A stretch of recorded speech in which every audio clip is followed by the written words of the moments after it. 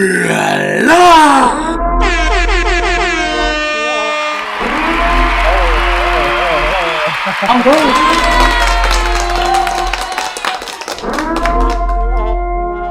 again?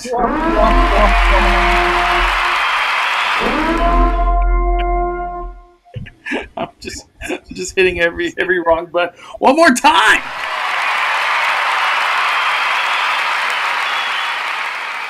Welcome to Speculation Sunday on a Sunday. Can you guys believe that? We got a lot to talk about from Halloween Horror Nights. We had opening day. We had opening weekend. This crazy heat wave that we've been going through. We're going to give our thoughts on Horror Nights. At the same time, a little bit of Disneyland. Danny had a chance to go to Disneyland, so I want to pick his brain on all those things happening over there. I even forgot Disneyland existed this week, honestly.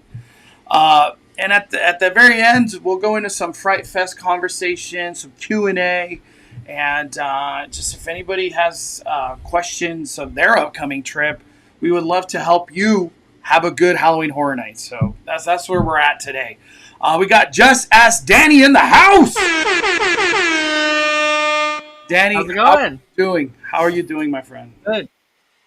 It's it took me honestly a full entire day to recover from Halloween Horror Nights, so I don't even know how the actors do it, in all honesty.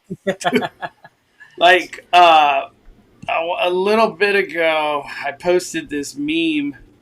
Let's see if I could find it. It's like so true. This one, Danny, look at this. Did you feel like this after Horror Nights? Yes, I did. It just like I had a full day. I had a full day of recovery. I couldn't even do anything the next day, really. Dude, the heat was just insane. We got Allie A. 25 months. Allie A, thank you for 25 months. Five Fire community, can we please send our prayers to all the firefighters dealing with the line fire in Big Bear? Isn't an evacuation warning yet? Wow, I've been like totally out of the internet world right now. I've just been trying to rest and sleep and hang out with the Maxaruni, but I didn't know that was happening. My prayers and heart go out to all the people affected. It's horrible. But thank you, Allie A. Let me see. Let me get caught up with everybody. Man, that sucks to hear that at Big Bear. I had no idea.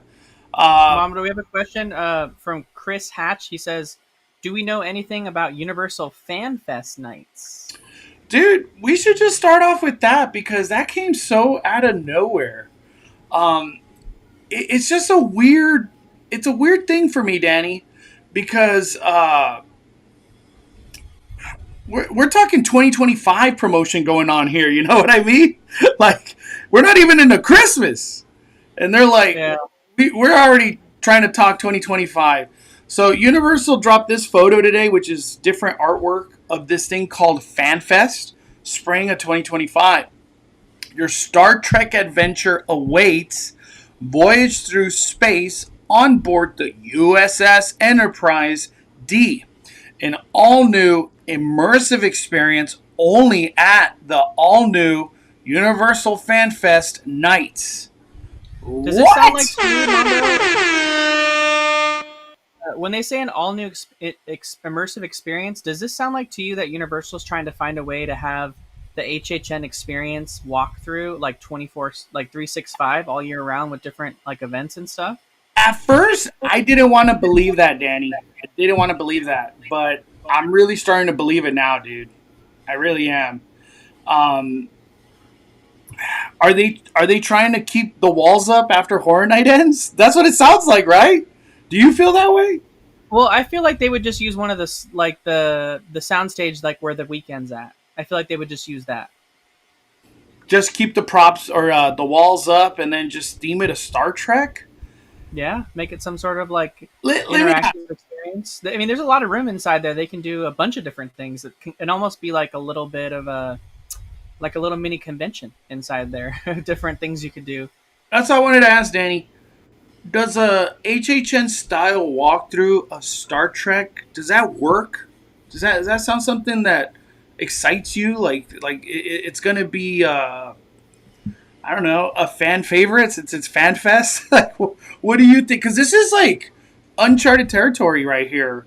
From Yeah, well, they don't Peter do these Peter kind of. from, Peter from Ordinary Adventures kind of got an interesting survey about something very similar, but Back to the Future related, and it was very like the survey kind of it almost was like Ghost Town Alive, where like it was like Mm, you're in the experience, you're something's unfolding around you, and you're a part of it. So maybe like it's the same thing they're recreating, but for Star Trek, and then they'll have the different fan fest nights for all the different major, you know, properties that Universal has. I think it's a good idea. There's very diehard Star Trek fans, and there's also very diehard Back to the Future fans who would eat this up so quickly. So yeah, for me, Star Trek doesn't resonate. Like I don't have this like nostalgia for it, but I know people I have a cousin Freddie.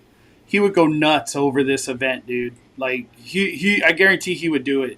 He used to watch everything Star Trek back in the day. I saw this tweet from Universal High earlier today. Did you ever get a chance to see that, Danny? Look at that on the park no, structure. maybe they do put it back for FanFest nights. The odds that they still have it, you know what I mean? I don't know. They could. It could be just chilling in storage somewhere. Wow, that'll be Well, cool. Disney keeps a lot of their big stuff. Yeah, So yeah, man. I don't know what to think of this fan fest thing, but it just sounds like it's getting better and better as like little tidbits of details are coming through. I think if they can they please say an all immersive experience for Back to the Future, I think that's where people go nuts because I know for a fact that has a humongous fan base. That like from the current Disney or not Disney, current Universal like pass holder community, and everybody wants more Back to the Future. And I already said it, Danny. If like this is gonna be like walkthroughs and whatever, I'm buying like 3 tickets. I don't feel like one day will be enough of that event. I want to go multiple times. Let me see. Ali A follows up. Yes, our house is extremely smoky at the moment. Acres haven't been updated since yesterday, but it was 1,700 or 17,500 acres burnt, zero contained. A bunch of evac orders have been in place. Oh my gosh. Praying for you, Ali A. Holy smokes. All right, let me keep going. What's up, Silly Jeep? We got Wing Nike in the house. Happy Sunday. Hope you're staying cool. Yeah, definitely staying cool today. It's been nuts. All right, I want to start off with Disneyland. Danny, what the heck has been happening in Disneyland, man? I've lost track. I think I went to Disneyland Tuesday, and that's the last time I heard anything Disneyland. When did you go, first of all? I went on Saturday in the afternoon. Very hot afternoon. Just wanted to see. I hadn't seen the new Critter Country area that you saw last week, so I hadn't checked it all out. I wanted to see it in person. Wanted to see some of the construction that was unveiled. In addition to that, I wanted to see some of um, the construction sites for downtown Disney, and so I had a chance to see some of those in person too. It was just a quick little trip, not too much going on. If you were okay to brave the heat this weekend, though, you were blessed with short waits. I think the longest wait I encountered was 20 minutes. Wow. Did you get a chance to do the what is it called? Space Mountain. Did you get a chance I to? did. Space Mountain, I did do that after its renovation. They did offer single rider. Just went to the exit and asked about it. It's not really advertised. You just kind of have to ask. Um, and I got on immediately with single rider. No queue at all. And the changes were all of the like projections inside and the lighting had been upgraded. So like the lighting in the entry tunnel The projections on the inside of the mountain looked more vibrant to me, which has me excited for Star Wars Season of the Force, to see just how much better it all looks when they have Space Mountain, or what is it called when it's a light Hyperspace. hyperspace mountain. I was like, light speed or no, hyperspace Yeah, mountain. it's pretty much It'll be light cool. speed. Pretty much light speed. Uh, we had food at Disneyland. He went, I think, today, 4 hours ago, and these were the views. I don't know how hot it was at Disneyland. I could imagine it was probably around 100. But look at that. It was Yeah, 100. It was 105. 105. Why? Yeah, it was 105 at like 2. Duh. I don't honestly. I don't really And let's not forget remember. too, this weekend. The crazy thing about it is this weekend, for all intents and purposes, should have been one of the most crowded weekends ever at Disneyland because it was the first ever Run Disney Halloween race. They've never had a Halloween race ever, so it brought tons of people from the East Coast over here trying to get their one West Coast race for their coast to coast medal. I saw a lot of tourists on Saturday, but they even then it was still pretty light. I think the locals stayed away, and it was just like the tourists. Um, but yeah, this morning was the half marathon, so the park should have been full of a lot of people after the half marathon, but it just wasn't. It wasn't with the heat. Not at 105 Right. anyway. Dude, I know my buddy Megan. She put some pictures. When did they actually start this marathon? Isn't it like 4 in the morning or something? Yeah, you're out there like at 4, and then it starts at like either just before 5 or like right at 5 or 5 something. Because they need to be done with all the road closures by 10, I think is the latest that the city allows them to close roads. Um, so it's you need to be finished by a certain time. That's why they have the vans that pick people up, because you have to finish a certain amount of time. So I've got to get you out of there. I would have said Disneyland was going to be the most packed ever. Because, yeah, Run Disney, what does everybody do after Run Disney? They go to the hotel and then they go to Disneyland. But I think people were like, we'll go to Disneyland like at 7 p.m. We're not going to go in the day. Oh, man. All the runners were hanging out at the pools. I bet. I I believe it. bet. 105, Danny. That's just insane, dude. I just like Yeah, the crazy thing you don't hear 100 degrees at Disneyland. Like that's like I know, and it's funny because we were talking about it last weekend. But the funny thing is that I have a screenshot for like the last 10 plus years in my iPhone, um, of like the weather being over 100 every year in the first week of September. It's like clockwork.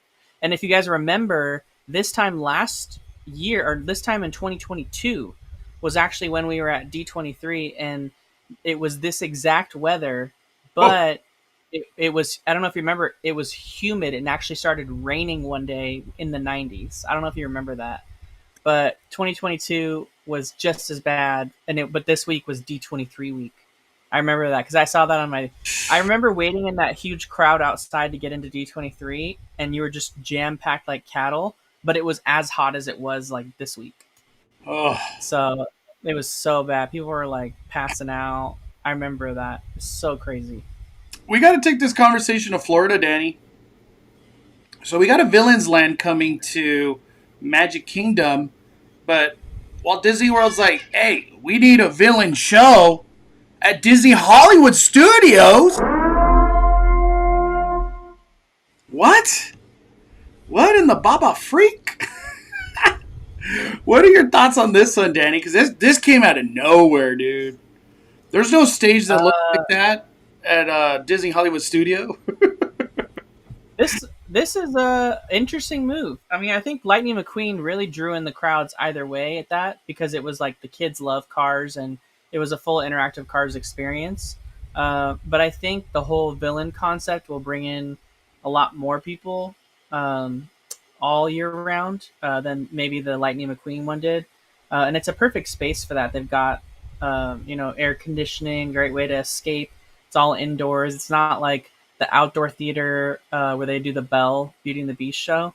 Yeah. Um, Or this is like even Indiana Jones. yeah, this is like your temperature controlled in there, so it's good for the actors and everyone else. Yeah, for real, dude.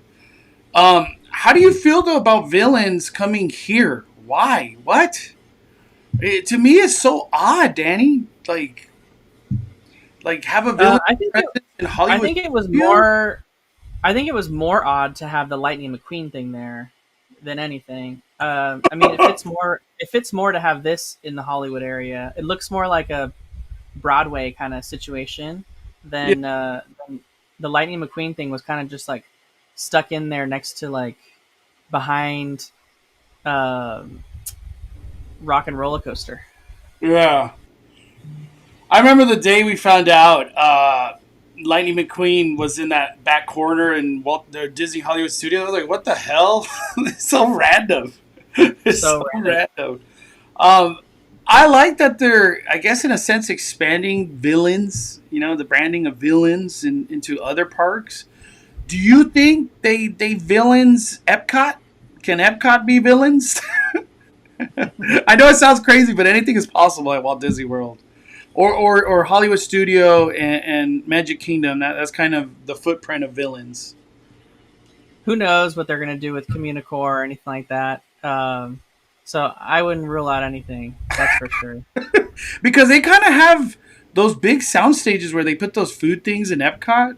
You never know. They're just like, hey, we're gonna build a stage and do a show. I like that they're doing shows.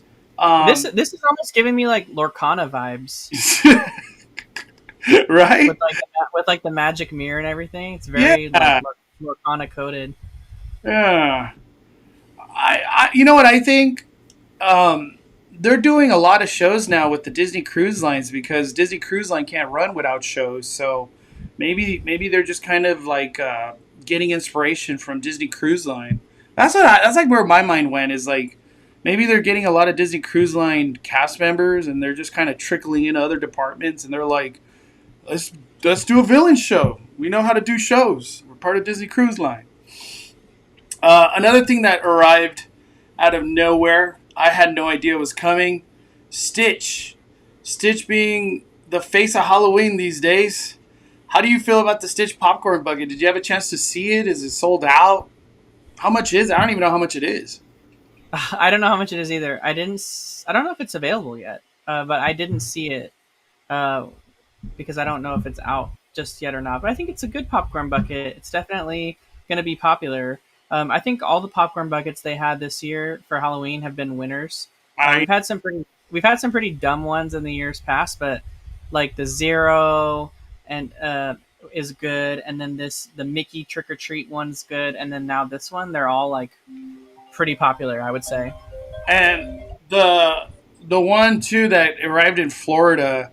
Uh, it's the vampire. What do they call it? Vampire Eddie or something? I can't think of his name right now. I got HHN brain right now.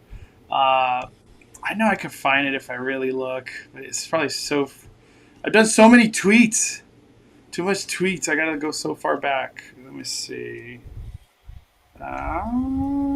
Where is it? Where is it? I will find it. I will find you. I don't know where it is. Damn, I've just tweeted too many damn times. Yeah, I have no clue where it is. Uh, um, I think for Disneyland, that's it, Danny. I don't really have anything to say with Disneyland right now. Anything you want to hit on? No, I think we hit on most of the things, right? We're just kind of waiting now on construction to begin. We The only thing that was really new that was kind of weird was Disneyland opened the new security entrance for the Disneyland Hotel, and it just seems like such a anticlimactic thing because um they basically put this amazing new entrance for the main entrance of downtown Disney, and then like just around the corner from it, they have the hotel entrance for the Disneyland Hotel, um, and and you would expect like at least a pretty sign or something that says Disneyland Hotel, and it's just like a plain like blue and white circus tent and they're still using the Costco folding tables. It's just not a very good look compared to like I don't know. It seems very out of place to me in front of uh, like an $800 a night hotel, and then also in front of a very nice 5-star restaurant. Like Din Tai Fung's not a cheap restaurant. It's a high end, expensive restaurant, and it looks like that and feels like that. But then there's like this blue tent next to it. I don't. I was hoping that they would have spent the time and the money to really make this a grand second entrance for the hotel. It all still looks really temporary. I Yeah, don't that's what I was know. gonna say. This total temporary looking. Yeah, it almost and it's almost strangely open right here. Like there's literally nothing there, and I want to feel like maybe we see like food trucks come in for like different celebrations. It's just crazy open, or maybe Disney still has plans for like the ESPN zone slash Rainforest Cafe slash um, Star Wars Trading Post area. Once they've figured out like everything else, they got to get like Earl of Sandwich into its permanent location and all that kind of stuff. So, um, but we do know at least now that Portos construction right will start in early 2025. We don't know if that's January, February, March. We don't know. It just says early 2025. They will close La Brea Bakery and start construction. And I don't know if you've noticed this, Mondo, but every day you walk into Disneyland through downtown Disney, you'll notice another light post has been removed, and they have a trash can sitting on it with like a wooden box. And There. they're slowly removing all of the light posts that are themed to the garden that have the leaves on them. This is Porto, Uh, by the way, everybody. For the people who don't know, this is Porto's, yeah, right? that'll be Portos. It's gonna be a lot bigger of a location, so they're gonna remove that building, but that'll be where it's located. Um, And then the other big change too, Danny. I saw somebody super chat right now, right here. Let me get to it. Let me see. You're right there. Looking at the Snow White stuff. It wasn't me. Hey, Mondo, Danny, do you think the fountain in front of La Brea Bakery will be demolished to make more walking space for upcoming Portos? I think it's absolutely necessary. And I already thought that like Theme Park IQ had posted um, like a permit to remove this, but maybe it was the fountain that you're showing right now. Um, so But I would imagine they would have to remove this fountain eventually because there's not really a lot of space there, especially when they start construction on um, the Portos location there. Like the fence has to come out pretty far, right? Look how there's not very much room right there where those people are none. walking. And you already know Portos is going to bring people that they don't even care to go to Disneyland. They just want to go to Portos and do downtown Disney stuff. It's just going to be so packed. Portos is like I think Portos is literally the equivalent of In and Out coming to downtown Disney. Like I think of it the same, like crowd wise, the demand, the wild. We're getting potato balls today, guava, whatever those strudel things. Oh my gosh, people are gonna go nuts, man. I'm really curious if Porto's landing right there is going to affect downtown Disney sales of all the other restaurants and stuff because they're going to eat up the crowd. That's my opinion. Uh, Yeah, it's weird. Downtown Disney's going to really change as far as the landscape of people thinking about what's going to happen, right? We have to think about the other side of downtown Disney, the Harbor Boulevard entrance. That's going to be Avatar, right? That's going to be the Avatar expansion. And then there's rumors also of some additional shops on that side of downtown Disney on the other side of the Esplanade. So you have to remember if Disney's building a brand new parking structure across the street on Harbor Boulevard, if the majority of their guests are walking back to the structure on the Harbor Boulevard side, they're definitely not going to want to make sure that those guests just don't walk out with nothing to pass by as far as more things to buy, right? and And you right have to now, think about buying something 5 times before you walk out. right now, you pass by World of Disney whether you're getting on a tram or whether you're walking to your car. So there's that last minute chance for you to be able to spend money. And if they have a structure on the other side, we're gonna have to see another gift shop probably come in on that other side to really touch those people that are going back to the structure that in all reality is probably going to house most people moving forward, at least that are coming from the south. And most people coming from the north will probably be grabbed by the existing parking structures. So it's it's going to be interesting to see the way, like, I feel like people aren't, and we've been talking about it a lot, but I feel like people aren't talking enough about all the changes coming to the Esplanade and downtown Disney, because it's really going to change the resort as a whole, and really lay the landscape for how Disneyland Forward's expansion areas will change the resort in the future. Because we don't know how they're going to use them yet, right? We don't know what they're going to do.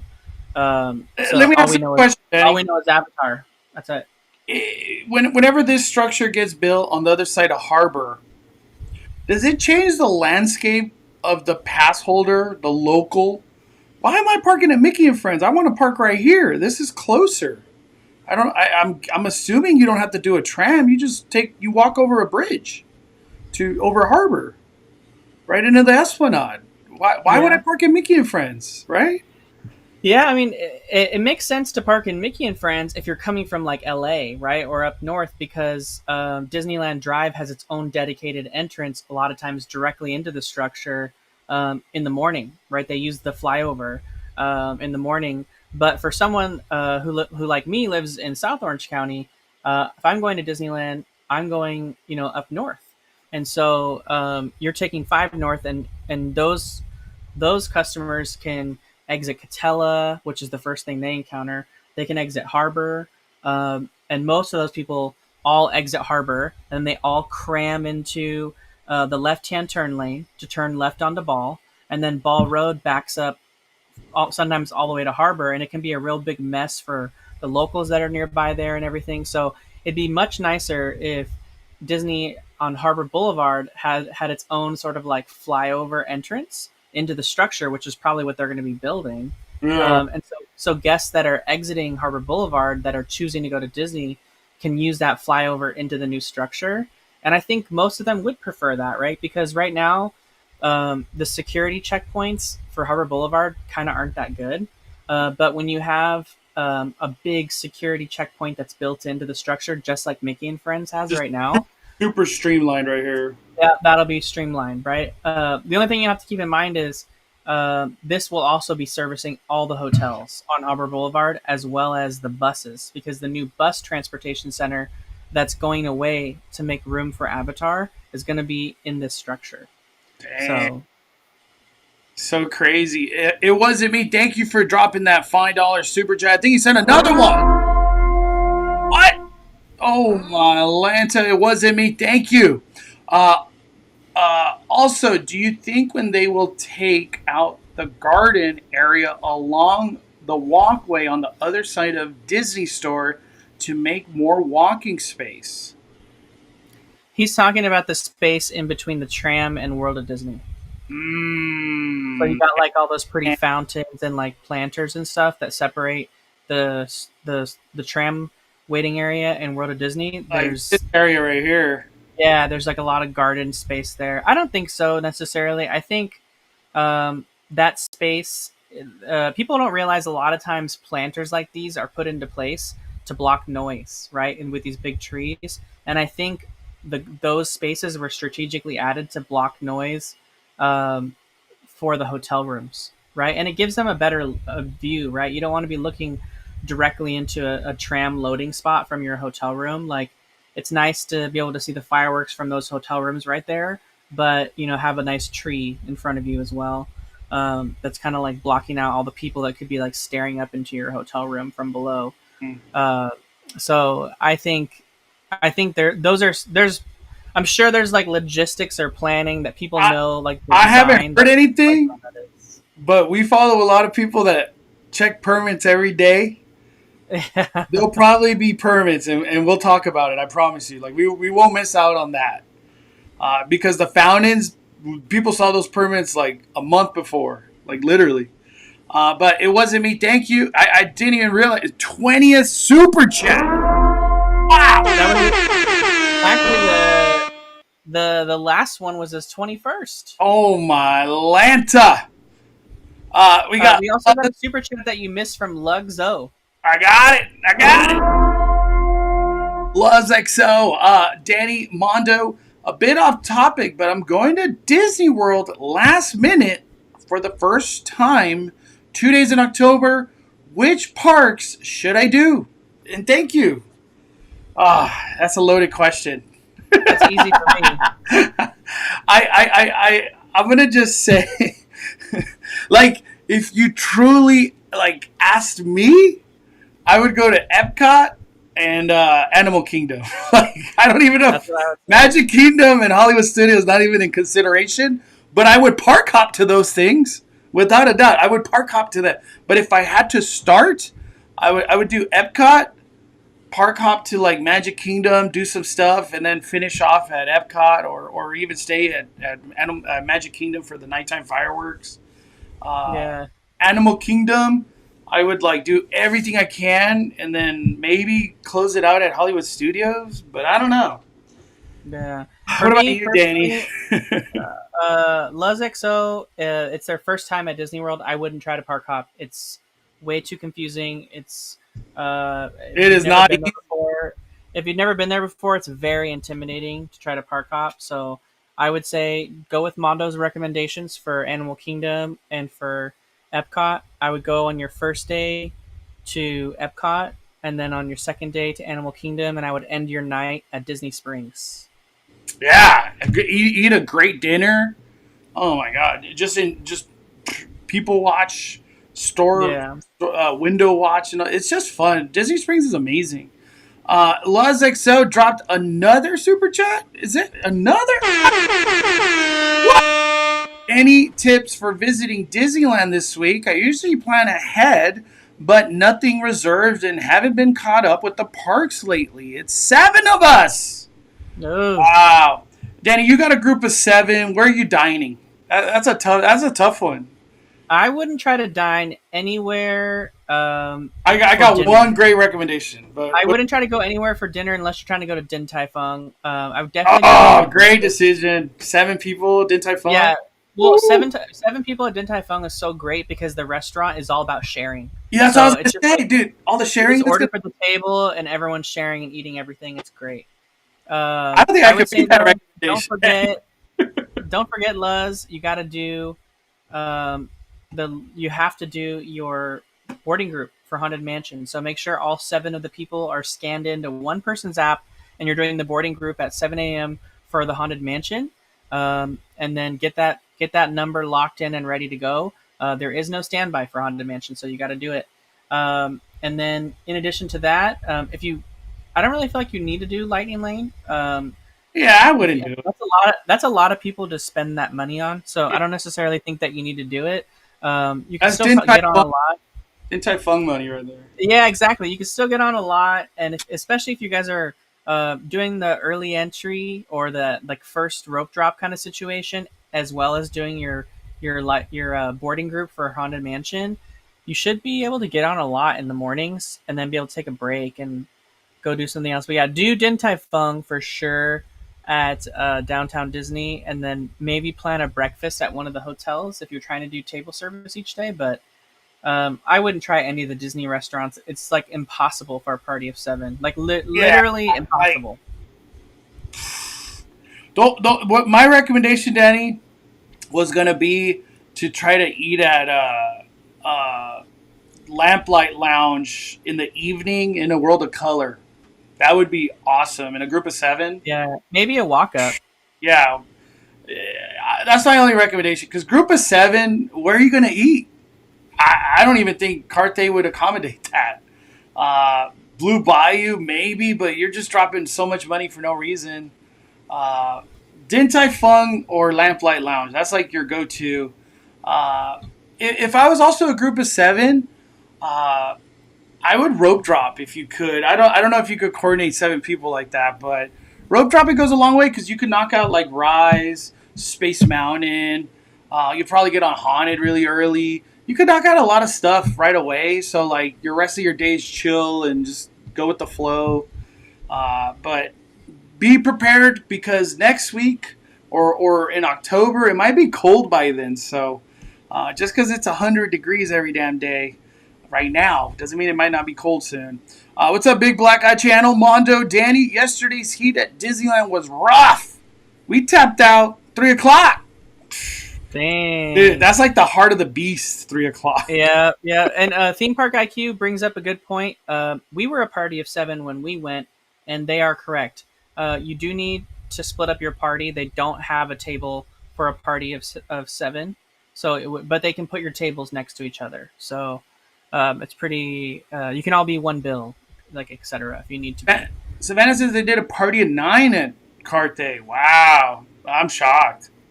That's good to know. I mean, if you're trying to spend Carthay money, I don't know. Carthay for a party of 7. Ooh, wow! Like Carthay money. I'm just gonna do the math on my phone real quick. 7 people, everybody's dropping at least like 80. That's just like a minimum, in my opinion. $560. I feel that your money could go a lot further at Din Tai Fung. I'm just throwing it out there, a lot further. Lozexo dropped another super chat. Didn't know about boarding groups. Yeah, hey, 7 a.m. Everybody's pass all in the app. That whole annoying process. Dude, that must be a weird feeling for somebody that's like, what? Boarding groups? What do you have to do? Oh, let me tell you, Mondo. Let me tell you. When I need a screenshot. I need a screenshot of everybody's ticket. What? And then I got to put them all in the app. I was just going to say, when I saw, when I was there on Saturday, countless people were being turned away by the cast members, being like, where do we go get in line? There is no line. It's virtual queue only. Well, what's this line? You can't get in the line. What does that even mean? What is virtual queue? Like it was like every 5 minutes someone was asking that, and I was like, oh my gosh, this is so confusing for the average person. Yeah, I believe it, man. It's confusing when you're a person that's coming for like one day. Disneyland's kind of a weird setup right now. I feel it. All right, let's move. Or anything else, Danny? Disneyland? Let's move on to HHN. I was just gonna say, is that everything you wanted to discuss for Disneyland before we move on to the highlight of the night with HHN? We'll go way deeper into Disneyland, like Tiana's and whatever. It's getting really juicy, but we'll save that for next week. We gotta talk some Halloween Horror Nights. Universal Studios Hollywood.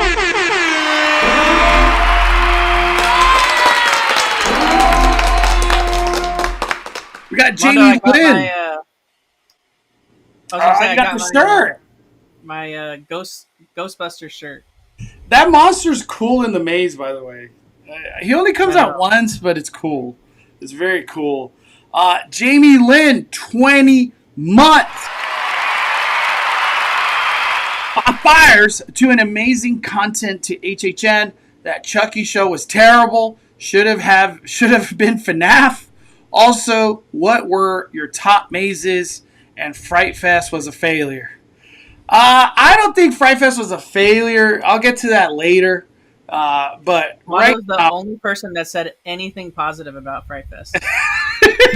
Because and you were also the only person that like 6 other people posted the same finale of the Stranger Things thing and said that it looked like it was from Party City and like just really crappy. And then you posted it and you're like, wow, this is amazing. I was being sarcastic, Dad. I was being sarcastic. I was like, look at this. We'll talk about Fright Fest later. All right, Halloween Horror Nights. Jamie Lynn, we'll go into our tops, but we got to talk about a lot of other things before we get there. Danny, how was Halloween Horror Nights from organized, like the organized of the event? Like, how do you feel it was ran in your mind and how your experience went? Early entry this time was way better, way better.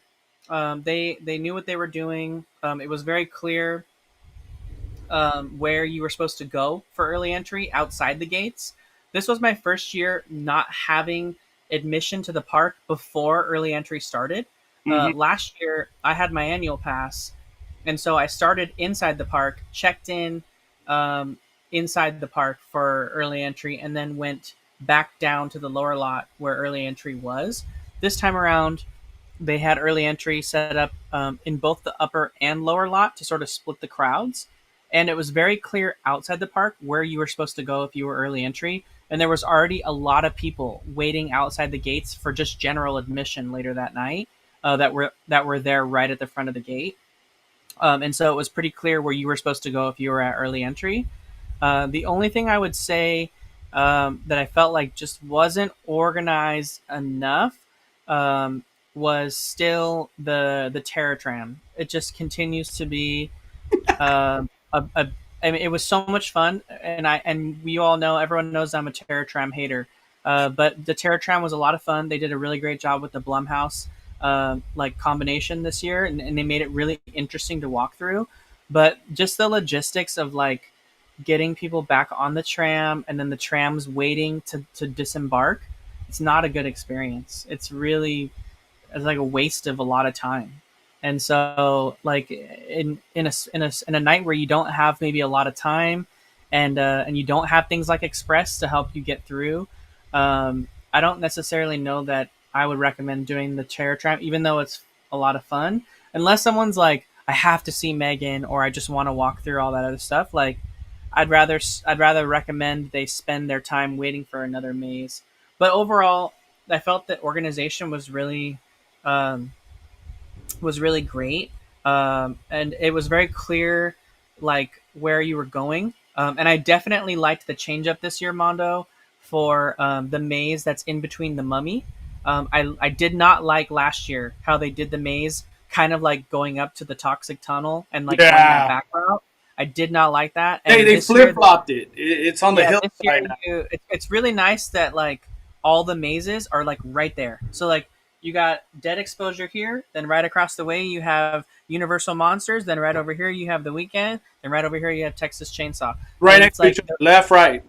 yeah, it's just Boom. like bam, bam, bam, all right there. So like there's not like this confusing. Oh, you got to go way over here and down to the right to find Last of Us like they did last year. So it felt like better in that aspect to me.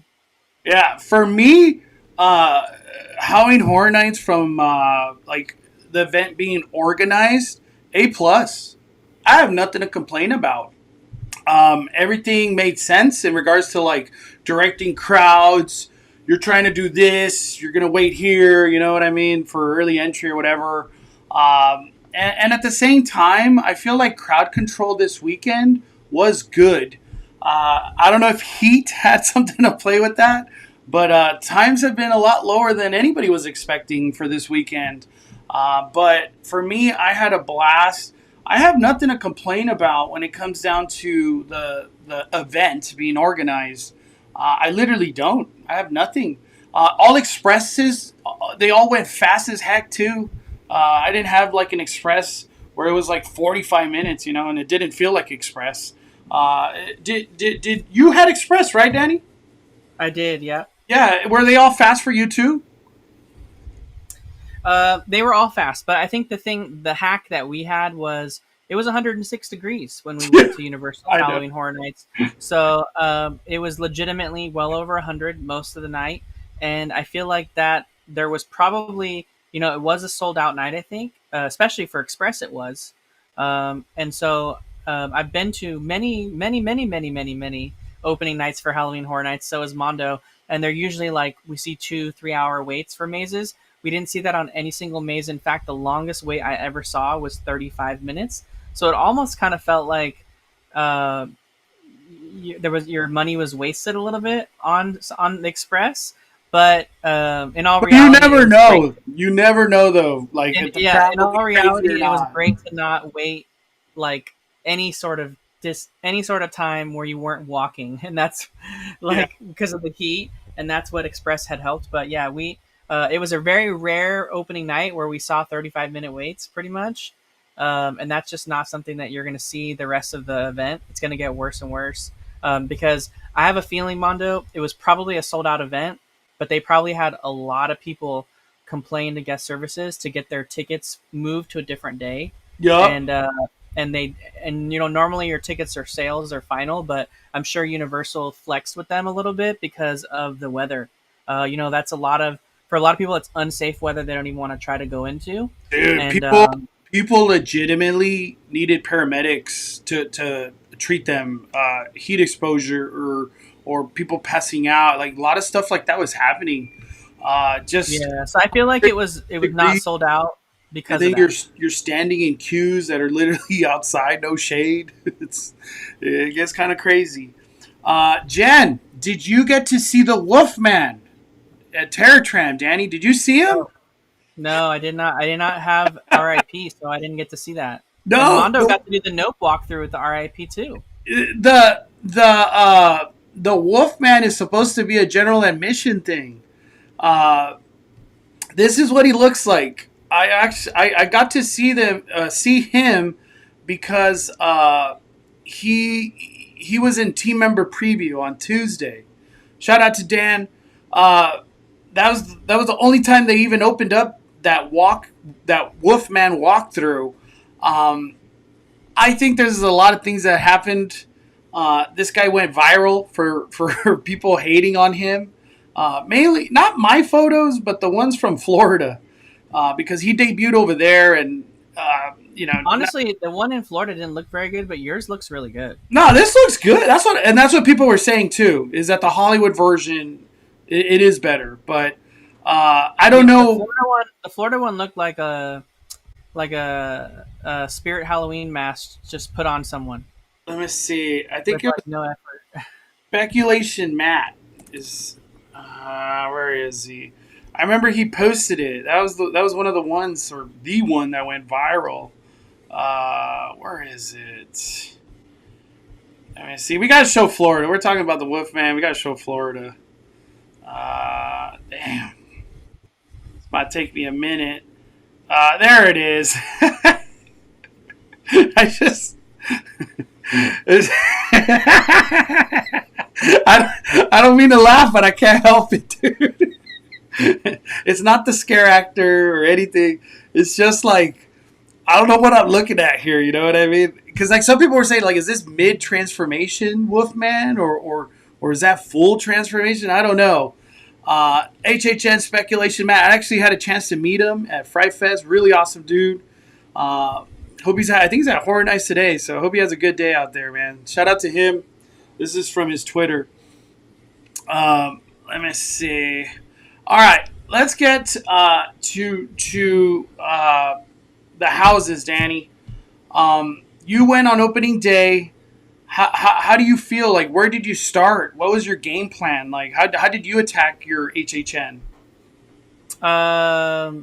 I just wanted to first start off real quick. Someone in the chat asked, and I don't know where it is. I've lost it.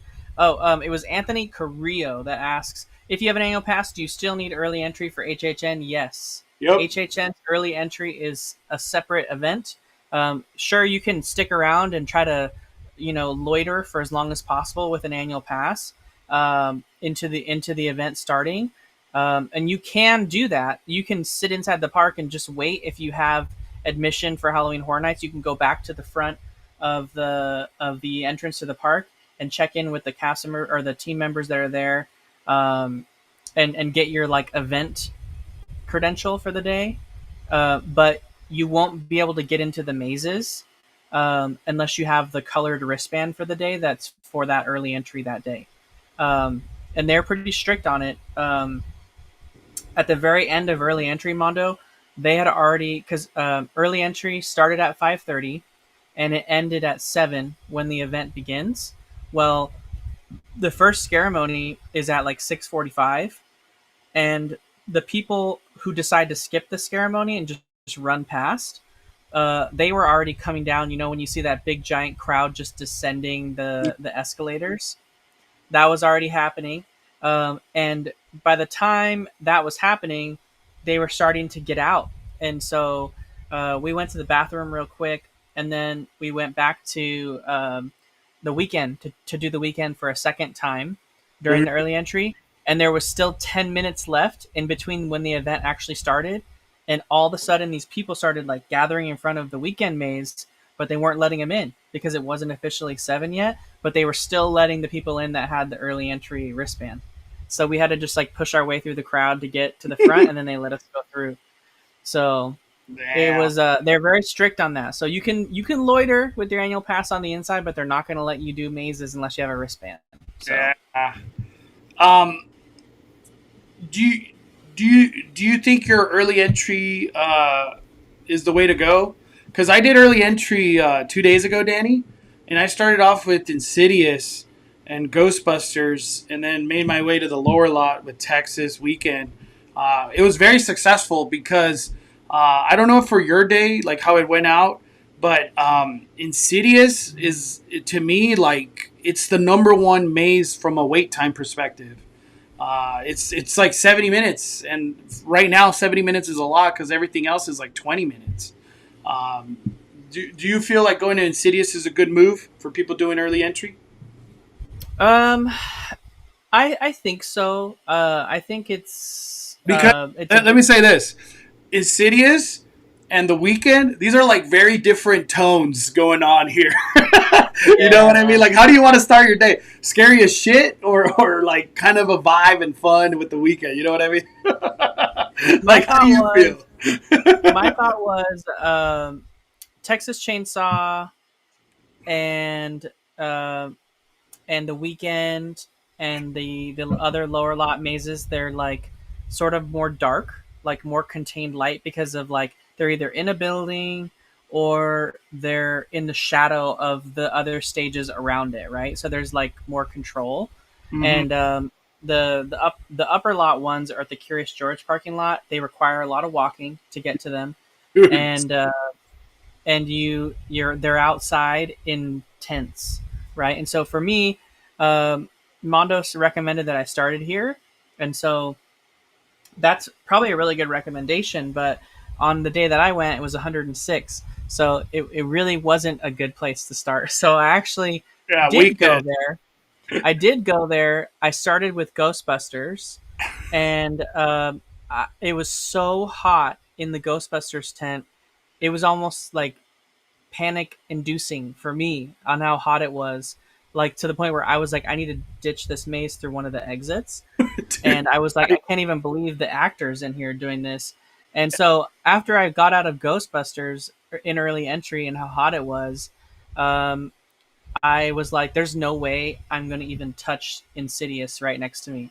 So I left. hey, and that parking structure if you had general admission. So I ditched Insidious and went down to the lower lot and used the rest of my time to do Texas and Weekend. And Hmm. those to me were the move. I just think it's better there because you can like get through the weekend. That maze can get a pretty long line. Um, Texas and it's nice that they're like in a controlled environment, so it feels darker. Yeah. So I like those personally to start, in my opinion. And the nice part is too is by the time early entry ends, you can probably even snake in like one more maze before the crowds are either coming down the escalators or let in. And there's only two mazes in that upper area that they'll let you do. So I feel like it's just a better move to start on the lower lot, in my opinion. I know Insidious is going to have a long wait, but Uh, unless Insidious is like you have to do it, then like you can prioritize that. But I feel like you'll get more bang for your buck if you go down. the lower lot. Um, Before we get into all the maze rankings, there's a lot of stuff I want to talk about. How did you feel about this year's opening ceremony, Danny? Like, where are you at with it? Did you have a chance to see it? Only in video.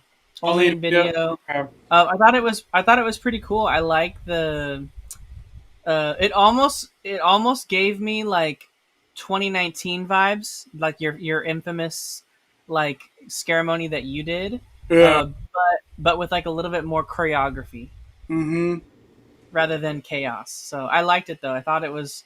I liked the whole Skull Lords like scare zone. I thought it was a really cool one. Yeah, I like the Skull Lords too, and all their masks and like kind of the personalities that are coming through with everything. I love it all. I just kind of wish there was more stilt walkers and stuff, like the fire tower area.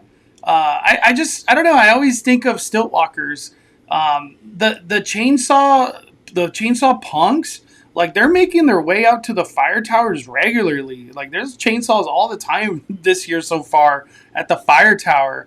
But the crows, I feel like they never made their way to the fire tower.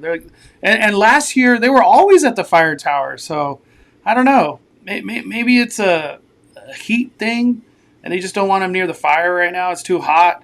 But I want the crow. I want more. I want more crow. I want more crow. The Um, crows are the best. how did you feel about the luchadores? That was fun too. All the scare zones were really fun. They did a good job. The Luchadores was very. It was cool. They had a lot more props. I think I was with Ashley and Nick from Mouse Vibes, and Ashley was making a comment in their video about how she liked how they included a lot more props than she felt they'd done in other years in that area. Yeah, for me, the luchadores extreme high energy, dude. Yeah. It was insane. I don't even know who's my favorite, but I just had a blast in there. Every time I walked through there, there was like two of them just really trying to scare the hell out of you at all times. I love the luchadores. What about the crows? What'd you think about the crows, Danny? Best scare zone easily. They got the little baby crow, and the crows are all on stilts, so it's very jarring to walk through. Super cool. This was like it's so funny how they turned like one very famous like stilt walker from a past scare zone into like his own scare zone with like all the different crows. I thought it was really fun for Yeah, them. I like it. I like the murder of crows. It really makes that like Main Street a whole scare zone. Literally, from the entrance to this bird right here, everything's a scare zone. I like that. I like that a Yeah. lot. Like that a lot. I don't know if you had a chance, Danny, to like rank. I guess you could say houses. But let's start off. What was in the bottom three for you? We're gonna start off at the bottom. What was the bottom three? Terror Tram. uh, well, we won't even go into that reason. Like I said, it was fun. And it actually got me to do it. Right, I've skipped the Terror Tram the last 2 years.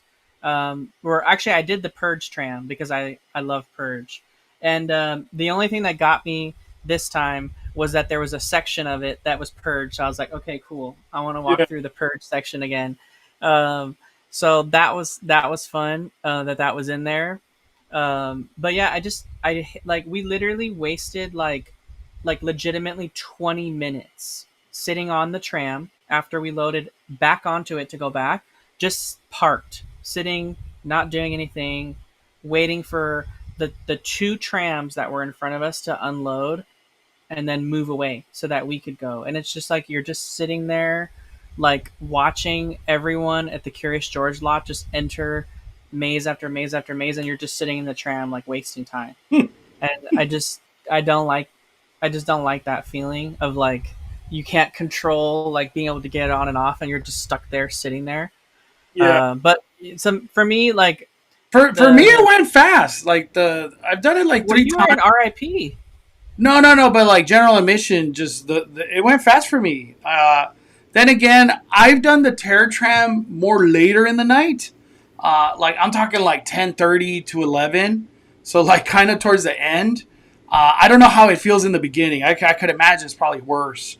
But I give a recommendation: do the Terror Tram like 11 p.m. ish, somewhere in that range. And I feel like from a logistics, getting on, getting off, it might be a lot better.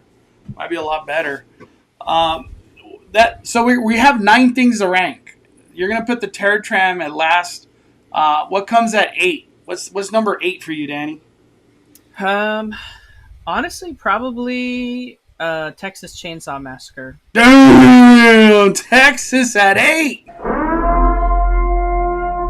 But why? We gotta ask why. It was just Did kind it of. do it?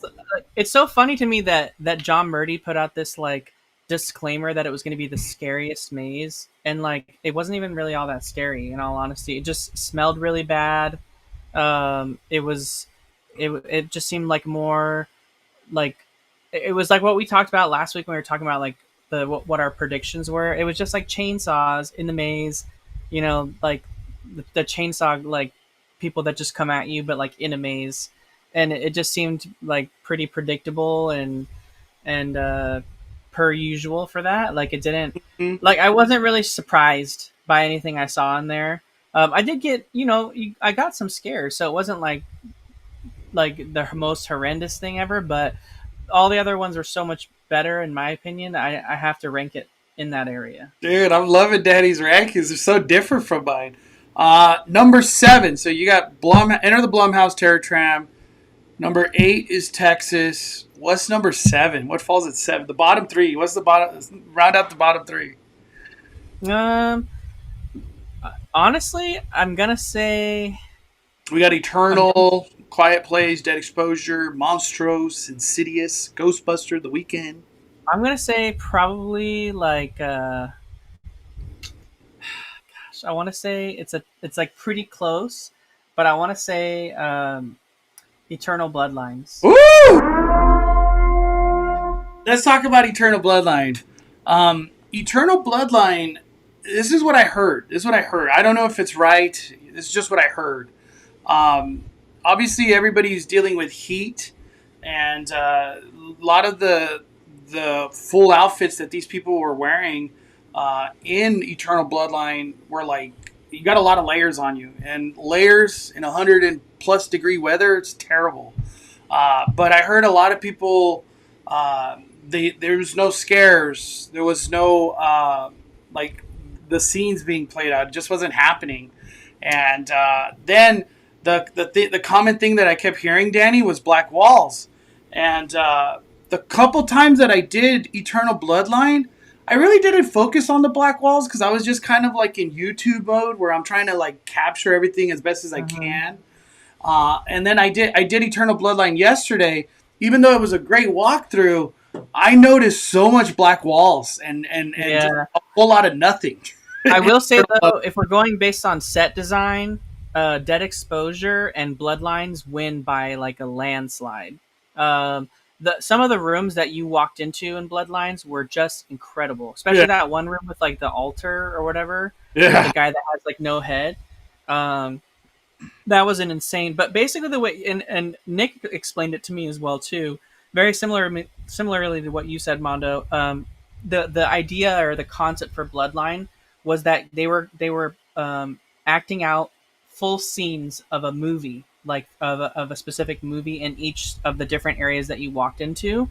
And so the problem with that, though, is that once the scene played out, if you weren't in that group that entered in the moment that the scene played out, everything was being reset. And so you're walking through a really pretty set, but there's no scares happening to you. Because, like, a lot of times you were seeing, like, Bride of Frankenstein. And, like, this, for instance, yeah, like the wife of one of Dracula's wives, like, comes to life right out of her coffin. But like, if like you miss that part, the if you next miss like the part seven right here, people. she That, like that goes back into the coffin and just sits there and does the, nothing. like the next 7 people, they're like, what happens in this room?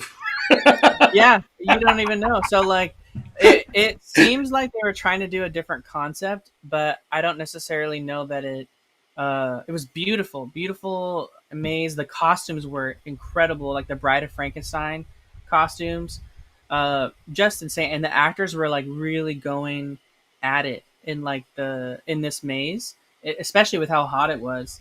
And I think too there was an aspect I didn't even know, but Nick from Mouse Vibes had shared the set that they were doing it in, the big giant soundstage. That's the oldest soundstage in Universal's lot Dude, completely. And so it's the soundstage where they filmed the visitor center for Jurassic Park. They filmed most of the scary movies that are Universal monsters were filmed in that soundstage. So the fact that you're walking through a Universal monsters maze in the soundstage where they filmed a lot of these movies, plus the history of all the movies that have been filmed in there, I think that was the coolest thing because we haven't been able to go in that soundstage for a while because it used to be the voice soundstage. Um, and so it was the first time they'd used it in a really long time for this, to my knowledge. But yeah, I would put Bloodlines there, Mondo, just because if we're trying to compare it up against like scares and just like overall funness of walking through the maze, I feel like sitting it at number eight, or whatever, was that 7 or 8? That is 7. That's Yeah, 7. putting it at 7, I think, is like a good choice. Look, Danny, I forgot to post this. Man, I'm like way behind on my Twitters. They added this yesterday.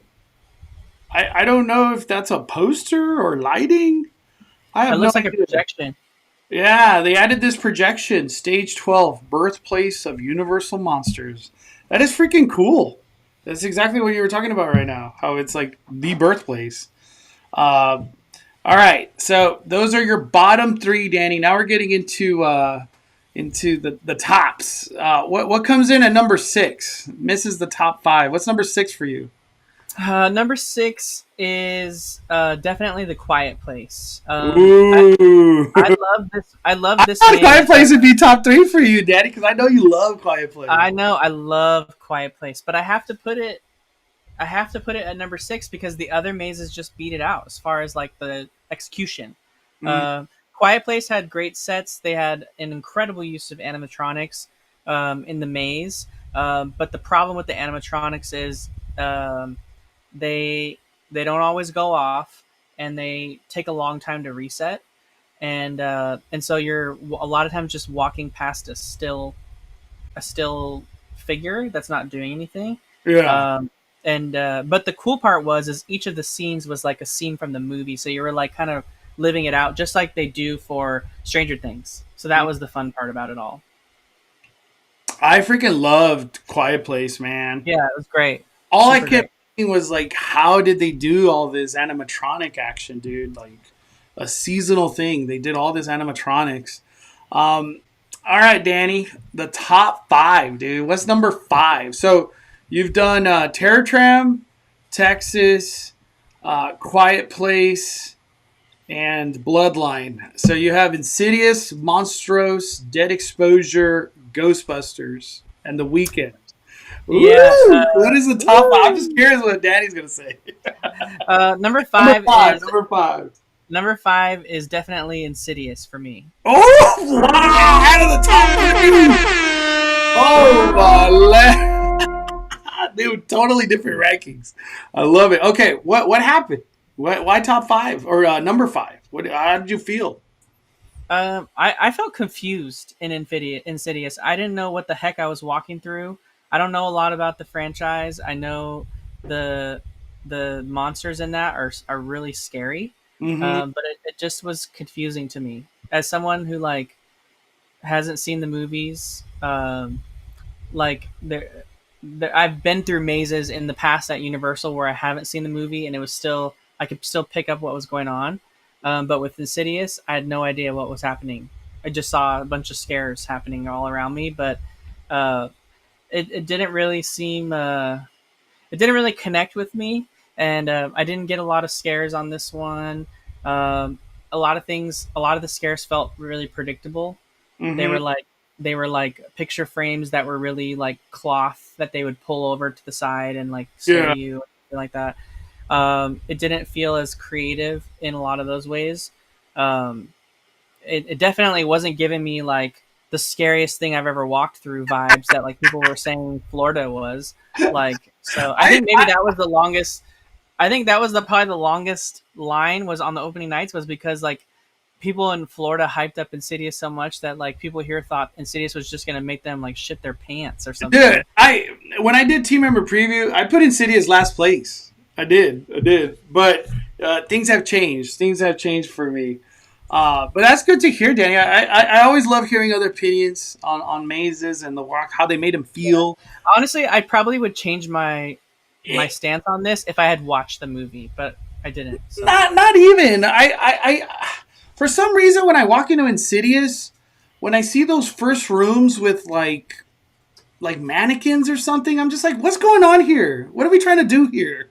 And then there's like, then again, the heat could be a factor of why we're not seeing some things come to life. But there's a couple rooms where there's like a guy on a toilet bent over, nothing happens in there. And then there's another one where it's like that little house on the bottom left that's like red windows. And then there's a girl sitting on the bed. Nothing happens in there too. So I'm like, and then one of the rooms actually has like a lipstick demon just as a mannequin. And I was like, what? And then they try to scare us with another mannequin that flashes, the one that's like barfing on himself. I was like, what is going on here? Maybe these are supposed to be scares, but it's just things are changed right now because it's 100 degrees. So that's how I was like, I don't know. We'll see how it plays out. We got Nate has died. What's up, Nate? 15 months. Not sure if it's the heat or what, but these HHN times are amazing so far this year. Just checked, and everything is under 45 minutes. You know, hey, appreciate these low-ass wait times while they're here because it ain't going to always be like that. Yeah, next weekend's going to be pretty cool, so we're going to probably see a surge. Yeah, and not even that, like, HHN just got social media to oblivion. Like, it's every platform, social media, it's everywhere now. So, like, the exposure of it, a lot of people are like, nah, I want to do it. All right, Insidious number 5, the top 4. Carson Maddox is in the chat, and he said that me putting Insidious at number 5 made him flip his desk. My desk. I haven't watched Carson's video yet to see what their walkthroughs were like, but I don't know. I'm sure they probably liked Insidious. Sav, if I got early entry for Horror Nights, would I be able to access Nintendo World? Yes, if you have the 2 p.m. ticket. You gotta. That's what I was gonna say. There's only certain tickets that let you go into Super Nintendo World. And the best thing to do is just check the website. Whatever, if you have the 2 p.m., you have Express, like just click view more details on any of those tickets and it'll show you like Nintendo World, like it's on there. And if it's not on there, no, obviously it's just something you can't do. Only certain tickets can go in there. Just because you have early entry doesn't mean you could go in there. Did we get a new member? Raya Leon? No, 12 plus months. Go!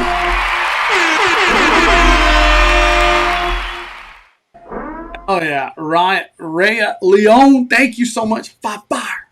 Welcome back to the Fire Nation. Top 4, Danny. Top 4. What rounds out number 4, man, for you? Number 4, Ghostbusters. Damn, Ghostbusters. Who are you gonna call?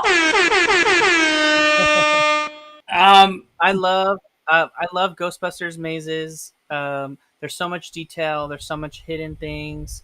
It was really fun to like look at all. I love that they did the little mini Stay Puft, and the guy came out and he had them all over him. They had the little like Easter egg when you're like walking through the sewer and you see the little mini Stay Puft in the sewer. It was just a really cool. Yeah, there's the guy right there. Yeah. It was so cool. All the details they threw in. I forget the name of the big monster with the horns. Garaka. Yeah, they should have had him out more. I feel like there should have been more of those. There was only 2 instances where you see him. And the only thing I would say that's negative about the Ghostbusters thing is like the ending of the maze has an epic like finale moment where they like take out the big monster. And sometimes you can walk right through that section and miss it completely.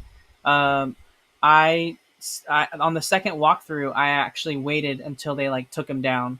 And that was a cool little moment that sometimes people didn't even get to experience. They just walked right through before it had reset. And of course you're going to hear, keep walking! Keep walking! You're like, no! I just, give me 10 more seconds! Dude, you know what I've been noticing a lot on these like tweets that I put of like certain scenes? People keep going like, when did that happen? Where was that when I went? Yeah. A lot of people missed a lot of stuff. Obviously, it's the heat. I'm going to blame the heat more than anything. But this scene, not a lot of people got to see it. I feel if you don't watch this scene, that could just derank your Ghostbuster maze a lot. What was it too, Danny? Was it like the way it made you feel? Because Ghostbusters is not really a scary house per se. Uh, Yeah, there were scares in it for sure, but I think it was just like the entertainment factor is up, right? There's like there's some really great practical effects in it. You leave the Ghostbuster maze with a smile on your face, Hell yeah. and you have a good time, and it just kind of gets you. It's these IP houses, in my opinion, that just set HHN apart from like everything else. Yeah. Where they have these strong franchises they can just really dive into, and really just make people feel like, wow, that's an experience. And this was definitely one of those mazes. It was the hottest maze of the whole night, but it was still fun. Yeah. The one thing, there was no Frozen Empire in there. It was literally a sauna, dude. Uh, and shout out to every performer at HHN to keep that consistent like scare going all day in the heat in a tent wearing Yeah, outfit. Oh my god! that was a. There's a comment here. AJ's Thank day you. off said, "Where was the AC for Frozen Empire?" I feel there's a moment inside Dead Exposure, which we'll get into in a little bit. That's like the freezer chiller room, and Woo! it had like the chill air conditioning pumping in there. Like the section of the room that you walk into where everyone's frozen, and then the guy comes alive in the frozen section. Yeah. Like that should have been another room where they were blasting cold air just for the effect of it all. Mm-hmm. Yeah, Frozen Empire needed to be cold. Like, even if it's just one room, like Dead Exposure, that feeling of like, oh damn, it's cold in here is part of the story. It's more of the immersion. Like I'm in this story, whatever the hell I'm going through, I'm in it. Yeah, Dead Exposure. It's a hard sell when it's like 100 degrees and then everything's frozen. It was an odd one. It won't be like that next week, but all right, Danny. That was your number 4. What about number 3? Top 3. Oh man, top three. I would say number three is. So what do we got left? We have. We have a Weekend, Dead Exposure, Monstros. Yeah, I would say number three is definitely the weekend. Man, number 3. So you really enjoyed it. I loved it. I all the everything in it was super cool. It's pretty gory. It's a pretty gory maze. So if that's not your thing, you might not like this one. But it was a really cool concept. And in my opinion, it was way better than the first one. That's all right. Uh, How do you feel comparing one Weekend number 1 and Weekend number 2? oh, the second one was way better. There was more of like a cohesive story to like what was actually going on. It's like they're building that monster, right? And at the very end, Oh, the that's what's monster, happening. yeah, I didn't even, dude. Danny, let me give you before you keep going. they're using all. I'm just saying they're using all the pieces of him, and like they're like taking this and putting it here, and then they're splitting him in half at his head, and then like that's part of the big monster at the very end. And if you notice, like everything that was happening in all the different rooms, the outcome of that was the big monster at the end that scares you. What? I had no freaking. I didn't even put that together. Every time I. So look, when I did the Weekend for the first time, all I thought was, "What the hell did I just watch?" I don't even get it. I don't know if this is good or bad because it's very like artsy and what's the right word? Like Picasso. That's like what I'm thinking of. Abstract. A lot of abstract. At least for me, how I felt. But now that you say it all combines into the monster, that makes a lot more sense of why that monster was created.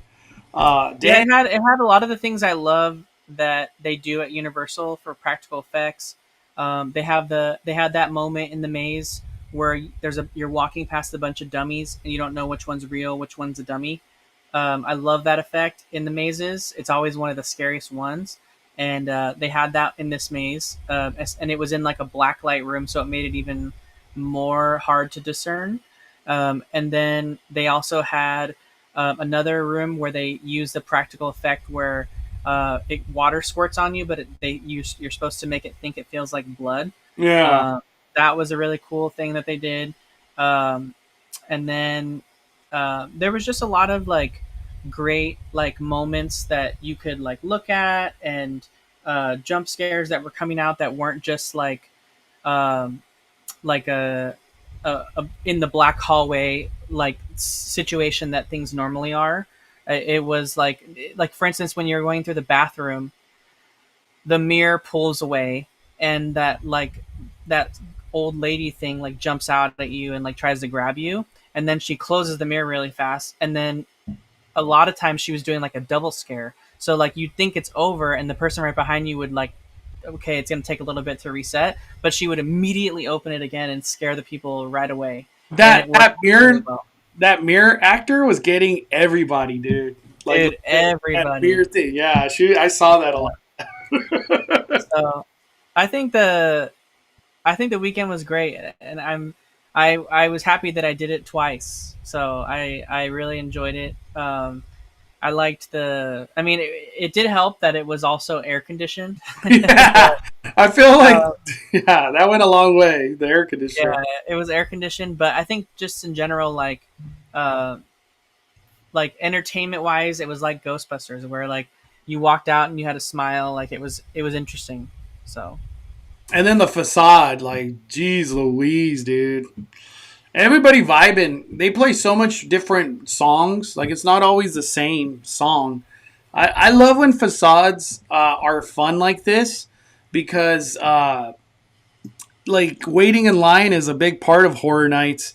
And I'll give you a true nightmare. It was freaking Chucky last year. Waiting in the Chucky line was brutality. Hearing Chucky say the same damn thing every 1 minute. It was horrible. this was cool. It was like an actual DJ, like DJing.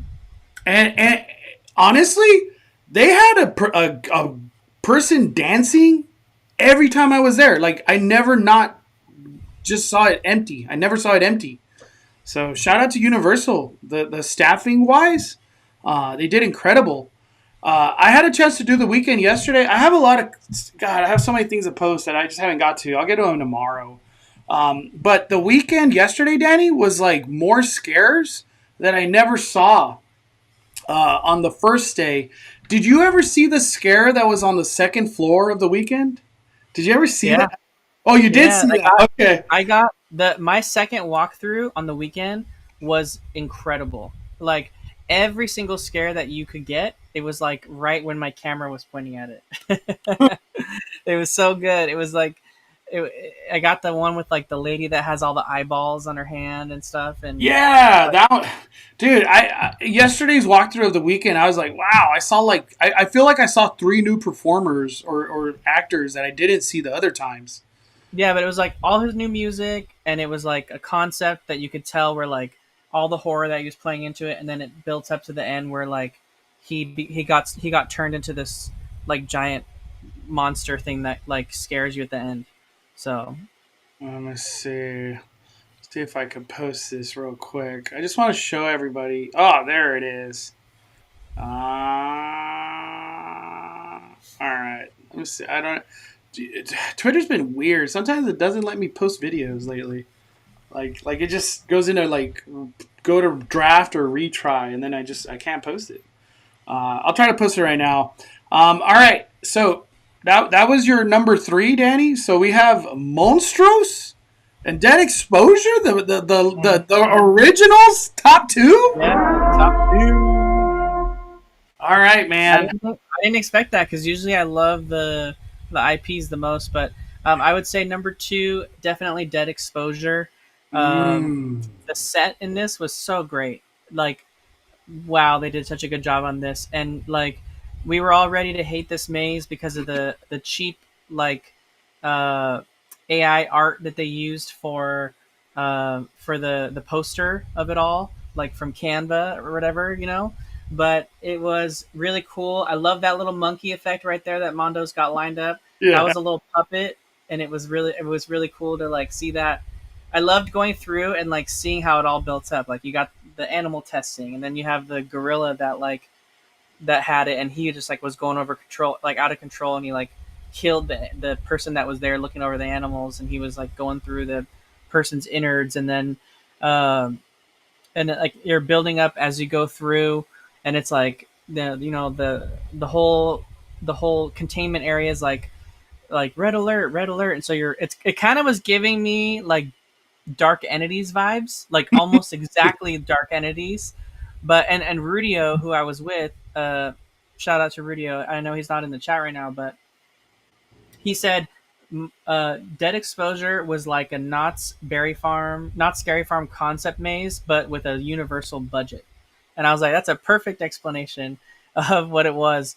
They like it had that same exact concept of like dark entities, but it wasn't in space. It was in the desert, and it was experiments gone wrong on like super soldiers, and it was just like very visually cool. The green room, the cold room, all were like really fun scares. The cold room actually caught me by surprise on how they scare you there, because the way that they came out, it wasn't really what I was expecting. It's from the So back. yeah, Like they come running at you from the back, and then there's supposed to be a scare like on your right when you're in that. yeah, I got them room. both at the same time. Yeah, just But, bam. but when you're in the cold storage room, you have like bodies hanging from like essentially like the ceiling on hooks, right?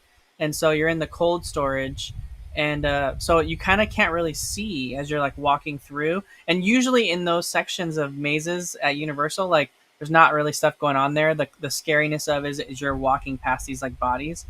But like they chose to do scares in that, so like you can't really like you're kind of trying to find your way through it, but then they're scaring you at the same time. Yeah. So that was cool. I feel like Dead Exposure really takes you out of a tent. You feel like you're just transported to Death Valley, wherever the hell that is. Yeah, it did a good job. You just feel like you're in a building more than anything. I don't feel like it's like a tent. Like for example, Ghostbusters. I don't know what it was, but I just felt like I was in a tent. Even almost for Insidious too. But when I do Dead Exposure, I'm like, damn, dude. I just feel like I'm in this building that just I got transported somewhere else. Like I'm not at HHN anymore. But Dead Exposure for me, Danny, I loved it, dude. I was really, I want to say a little spectacle on how the zombies just the toxic experiments were going to look. But it was a good variety of all of them. I got to see the gorilla. Did you get to see the gorilla? I saw the gorilla both times. Dang, I've only seen it once, Danny. One out of four runs, I've seen the gorilla. Yeah, I did it twice. I did Dead Exposure in early entry. Wow.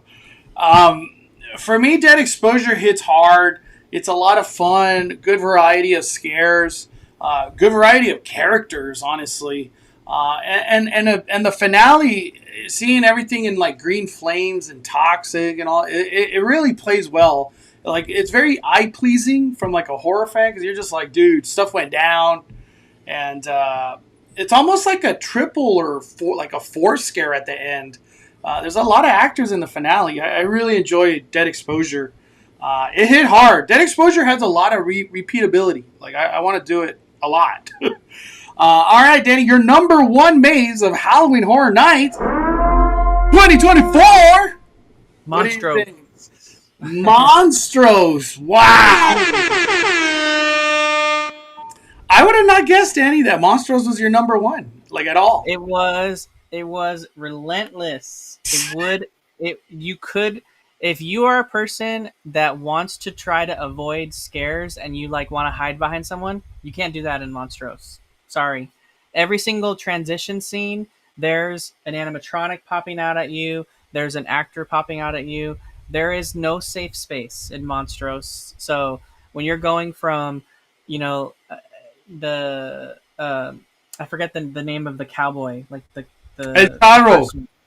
Yeah, when you go from him into El Cadejo and then the Kukui, like there's like when you're in the Cadejo section, like every single time you open a curtain, there's a dog right there jumping out at you. Like The moment you open the curtain, dog in your face, drool dripping down, and they have a really good. I don't know what they used for the effect of the drool on the Yeah. dogs, but it looked really realistic. Like it looked like it was really dripping off when the dog would move at you, like the drool was moving in a way that like it would naturally on a dog.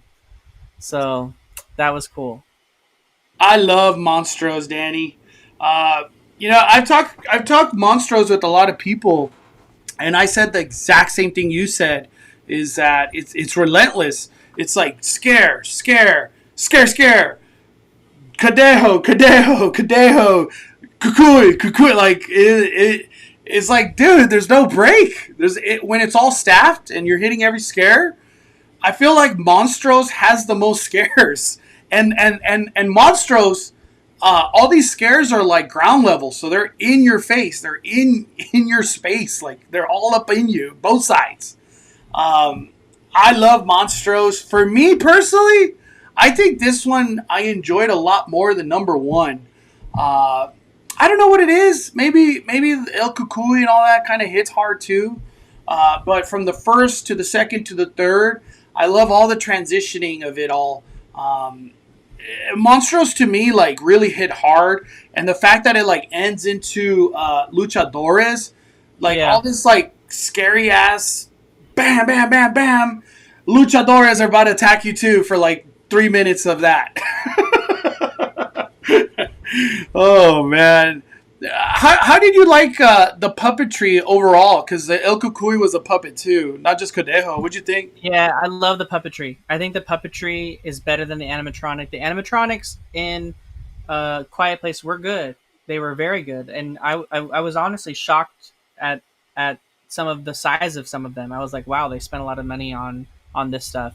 Um, but I feel like the puppetry is just so much more um, realistic because the person's in control of when it scares you, and they do a good job of like making sure it gets you like right when Yeah, they like need to. they could kind of point it towards you too, or like instead of just because like Quiet Place, they kind of just go straight, right? Yeah, they just like go straight out, and then Yeah, it like slowly goes back El in. Cadejo's head's kind of coming at you in the maze.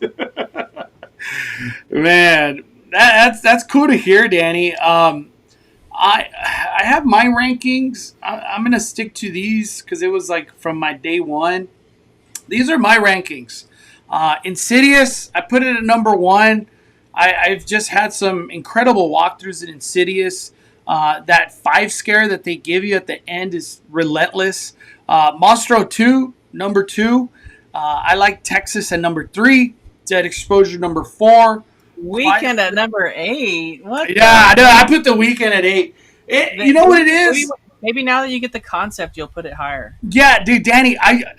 It's just, you know what it is? It's just like I don't know what the hell I was looking at every time I was in there, and I couldn't clearly make songs out of the Weekend maze. I don't know. There's somebody out there that I know knows everything about the songs, but for me, I'm like, I don't even know what song I'm listening to throughout this maze. Uh, Ghostbusters, I agree with the Garaka. He should have been all up in the first, like in the first scene, the middle scene, the ending. More Garaka is good. And what ended up happening yesterday, Ghostbusters was one of my last mazes at like 1:30 in the morning. I was there pretty late yesterday. They put Garaka in the very beginning. And they put Garaka, you know when you're going in that hallway of Ghostbuster where there's a scare on the left and the right? Yeah. They put Garaka right there. And he would like I was like, what the hell? I've never seen Garaka right here. So maybe they're getting feedback of like we need more Garaka and they're adding it all over. But for my day one, this is where it all fell. I put Enter the Blumhouse last because I just feel like, it's the Terror Tram. I'm not going to hate on it. I love the Terror Tram. It was a lot of fun. I'm going to do it a lot. I'm not going to retire it right away. But these are my rankings. Monstras and Insidious for me were just like, wow. It's just incredible walkthroughs. Incredible walkthroughs. We got a super chat from Bree. Let's go. I think it's a super sticker. Let me open up on my phone. Thank you, Bree. Dropping 3.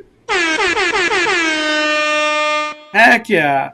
We got a super chat from Anthony Alvarez who sends $5, Mondo, and says, so excited for my RIP tour next month, but was let down with the RIP Terror Tram exclusive because it was the same as last year's, but with a Megan photo op.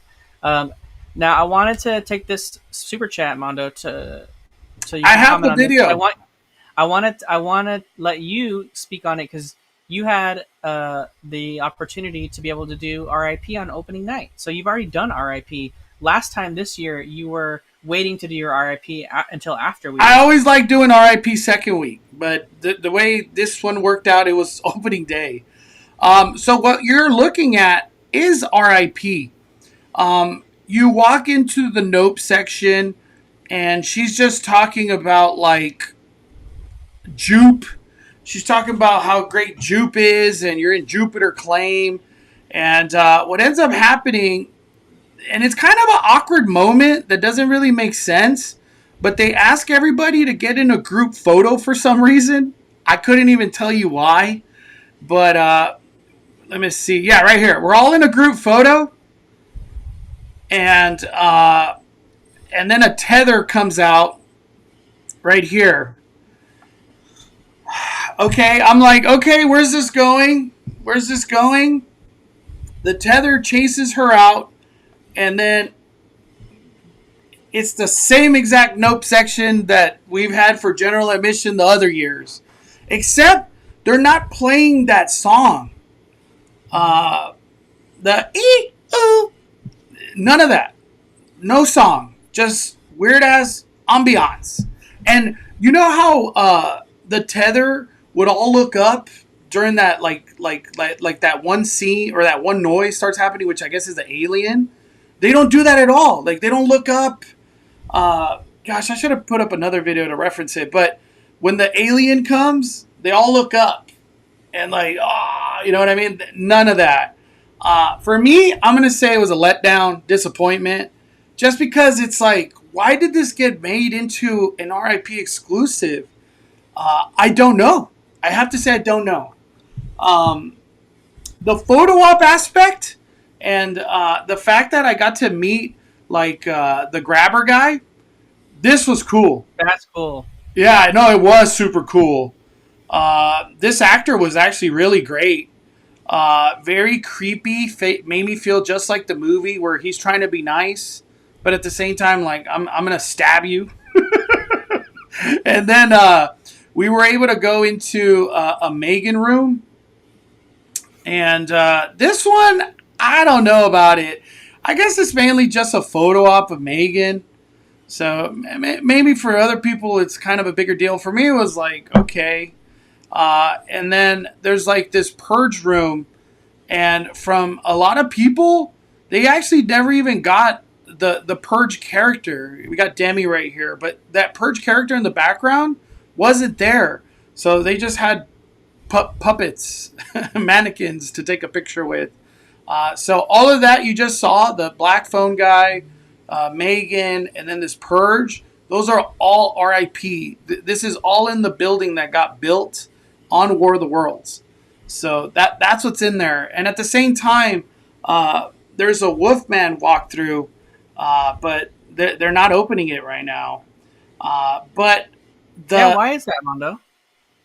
From what I'm hearing, the trailer never dropped, and they debuted that Wolfman guy in Florida.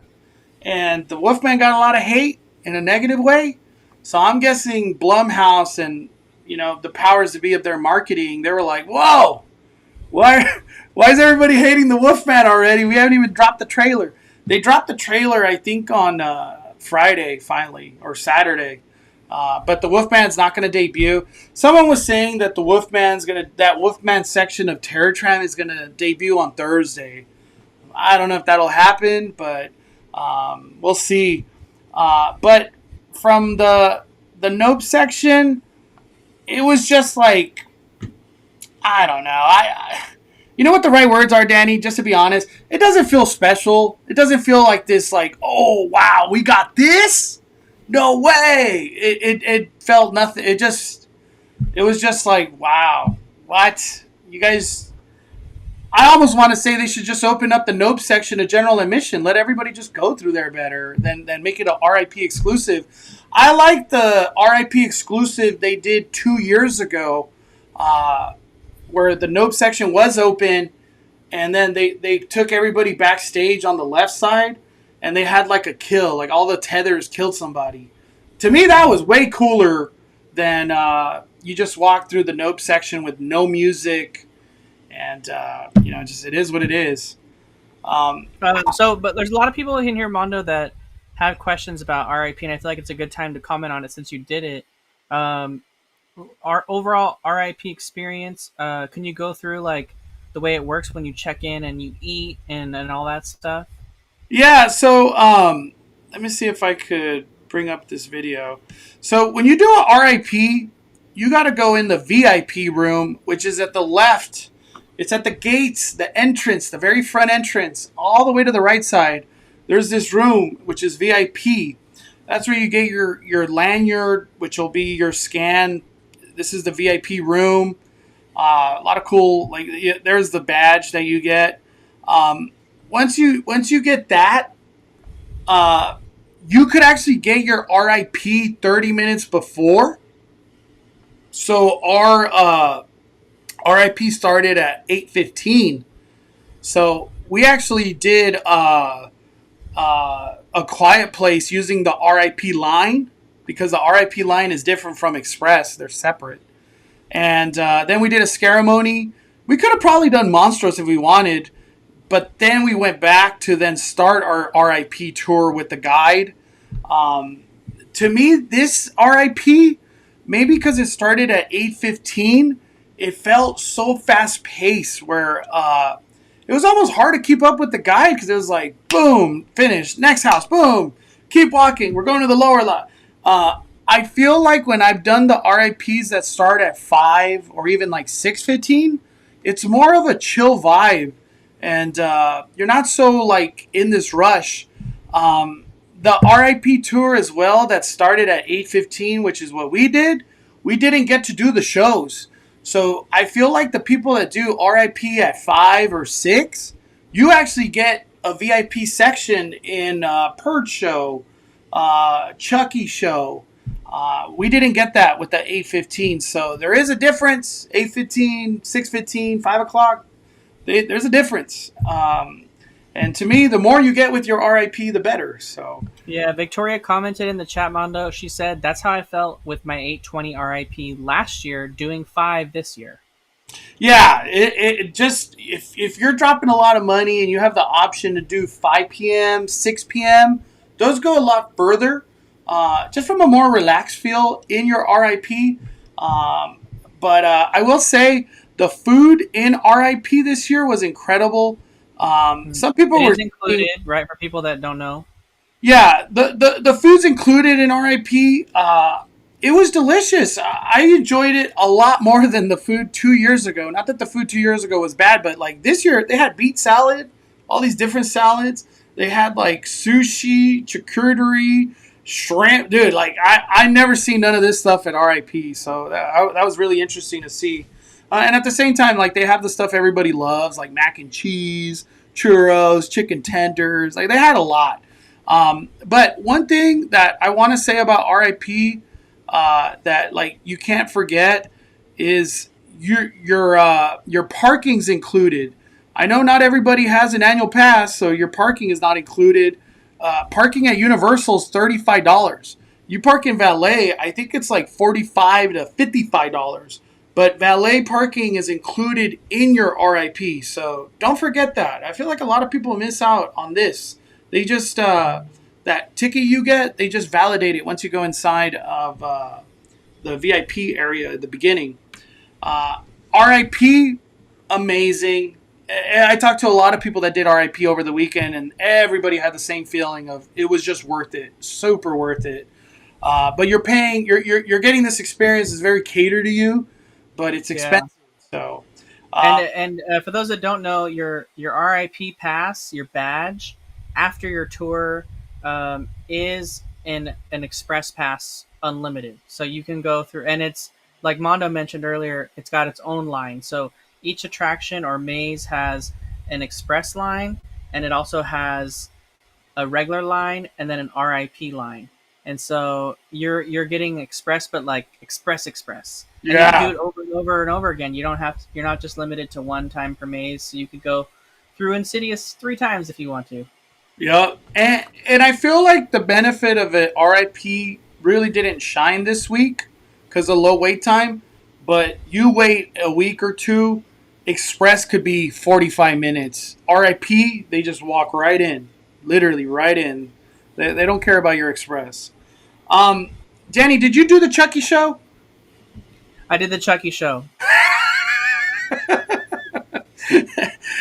Give me your thoughts. We'll make it quick on the Chucky show because everybody has the same thought. But I haven't even talked to you about it. It wasn't very good, honest. And no shade to Universal or anyone that tried to put it together. I think it's a really cool concept, especially for something like Halloween Horror Nights. It was almost like it was being set up to be like a puppet up, right? I know, that's true. And the irony of it all, too, Mondo, was when I went to watch it, the person who was standing next to me to wait to get into the theater, guess who it was? Who? It was John Storbeck, the president of Knott's Berry Farm, with a VIP badge hanging on his shirt. So we got Knott's in the house.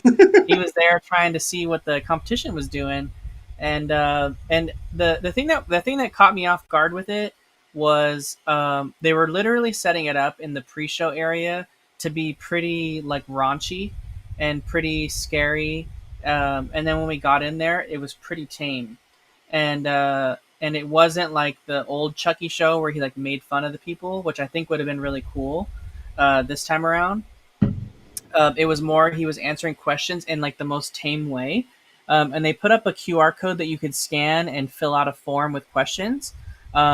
But in all reality, based on what I saw on Twitter after going through the night and comparing my videos, I don't think they actually answered any questions. And I think someone in the chat mentioned that earlier.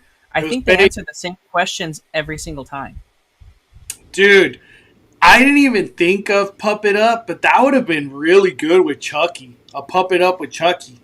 Yeah, but it would need to have been like pretty dirty. Knott's did it. It could have been with Chucky, but yeah, the questions like I noticed like Universal High. How tall are you, Chucky? Yeah, how tall are you? What's your idea of a good first date? What's your favorite part about killing? Or what's your favorite weapon? Yeah, like, why do you use a knife? Yeah, and it's like, but like they gave you this QR code, and it literally pulls up like a Microsoft form or whatever, and you fill it out with like a question. But I'm like, why did we do that? Why go out of the way to create the QR code when it's fake? You know what I mean? Why? I don't get it. Maybe they thought that like people wouldn't find out, but like people post it like right away, and like it was very obvious that like if it was supposed to be unique to each show, it was kind of weird because like I was watching 3 other people's posts from other shows and they were all the same questions. So yeah. I didn't get it. I this is how I feel. I was trying to understand what this was, and then when I started kind of realizing, and then they said it, Chucky literally says it. This is a promo. I was like, wow, this was a complete waste of time. This is pretty much a promotion for their next streaming season or half season, whatever they're trying to push. This is really not even an HHN thing. This is we're trying to market. This is marketing right here, and for me, I have to say this. It's like a disservice to the HHN fans. You only have so much time. You only have so much energy. And then to take like 40 minutes to an hour of your HHN time when you could have been doing another maze, eat some foods. You could have been doing another walkthrough. That goes a long way further than this Chucky show. It's just, to me, it's a one and done or just skip. Just don't, even if you love Chucky, go appreciate the Chucky at the bar. That's like a cool little animatronic at over there by Hollywood and Dine by Waterworld. Go appreciate that better. But this show, it just didn't do it for me, Danny. It one and done. I already retired it. Yeah, I wouldn't do it again either. Someone had a comment here in the chat that said, I can't. Oh, Anthony Alvarez, member, Five Fires member, said, I just wish they hadn't sold it as interactive and it'd just be the same questions with a tiny bit of interactivity. And then someone else said, Mike TG said, my friend got her question answered, but there were other questions that I noticed that were repeated from other shows. So it seems like maybe there's one question that gets answered, but they give it as a ruse, like all the questions are being answered. So like the same repeated questions, they were like, Jody would like to know what's your favorite weapon, and then like they look to the audience, but there's like no one there named Jody that put that question out, but it's like the same one they answer every single one. So it's just like it makes me appreciate Puppet Up a lot more because they ask the audience right then and there, what's your question? And it could be anything. And it was anything. Like, Puppet Up went Someone up. else also put too, Mondo, it would have been cool if the guest was sitting there and Chucky was interviewing him, and then like he jumps up and like stabs him, and then like they would have had like fake blood squirt out or something. That would have been kind of fun. And instead of that Turtle Talk with Crush scene. Yeah. Or just like Chucky goes into the screen and then it left a really bad taste in my mouth, the Chucky show. Honestly, I would rather have had this space be and actually Anthony Alvarez put a Beetlejuice show. Kind of like last year how they had like a museum set up with the Five Nights at Freddy's costumes. They could have had like a museum set up for like the Beetlejuice costumes. Dude, Beetlejuice would have hit hard. What is that Beetlejuice song? 6 foot, blah blah blah. What's the name of that song? Oh, I don't know, but I know the song. Is it Deo? I think it's called Deo. Deo. Let me see. But yeah, a Beetlejuice walkthrough. Because I actually didn't get a chance, Mondo, to do the little like museum for 5 nights. Imagine Beetlejuice comes out with those like big shoulder little head guys, and they just dance to this song. Dude, the crowd would have lost their minds, bro. And Beetlejuice just has to ask people like, how's your night going? I don't care. And then just kind of like talk to the crowd a little bit. Dude, Beetlejuice, like kind of little dance off would have been nuts, bro. It would have gone hard. But how was, just to answer my question, Mondo, how was that? I didn't do it last year because it closed early and I didn't know that it closed early.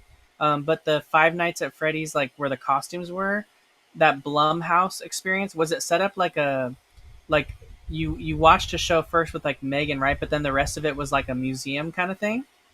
It was a museum first, then Megan show, like in the theater. The Chucky there's no setup in there. Yeah, it's just Chucky show inside the theater. It didn't go beyond that. We got Samson dropping a super chat. Love you guys so much. Did they ever come out with the T-shirt with the mazes on the back? I've been collecting them for a year, and I haven't seen them. Yes, they did. They have. There's only one caveat to it, Samson. They have a shirt and a hoodie that has all the mazes on it, and it's specifically the logos.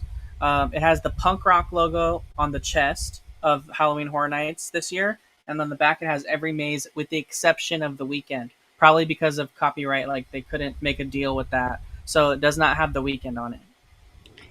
Yeah, I need to post a picture of that. I haven't had a chance. I saw it, but I never took a picture, but they do have it, like Danny was saying. And I think it was either 30 or $33. This one was 36. There's two Ghostbusters ones. This one has the big worm thing on it, and then it has the sleeve thing that says Halloween Horror Nights 2024. It looks just like my my one from last year that had Stranger Things on it, and I loved the way that shirt fit so much, like really more oversized. So I want as soon as I saw the Ghostbusters one, I had to get it. I always love the ones, Mondo, that have the Universal like archway on it. Yeah, no, that one is cool because Yeah, it's so so specific to us. That one's specific. yeah, To, the Stranger Things one had the archway on it too. So yeah, I love that one because I'm there for like Universal Studios like Halloween Horror Nights.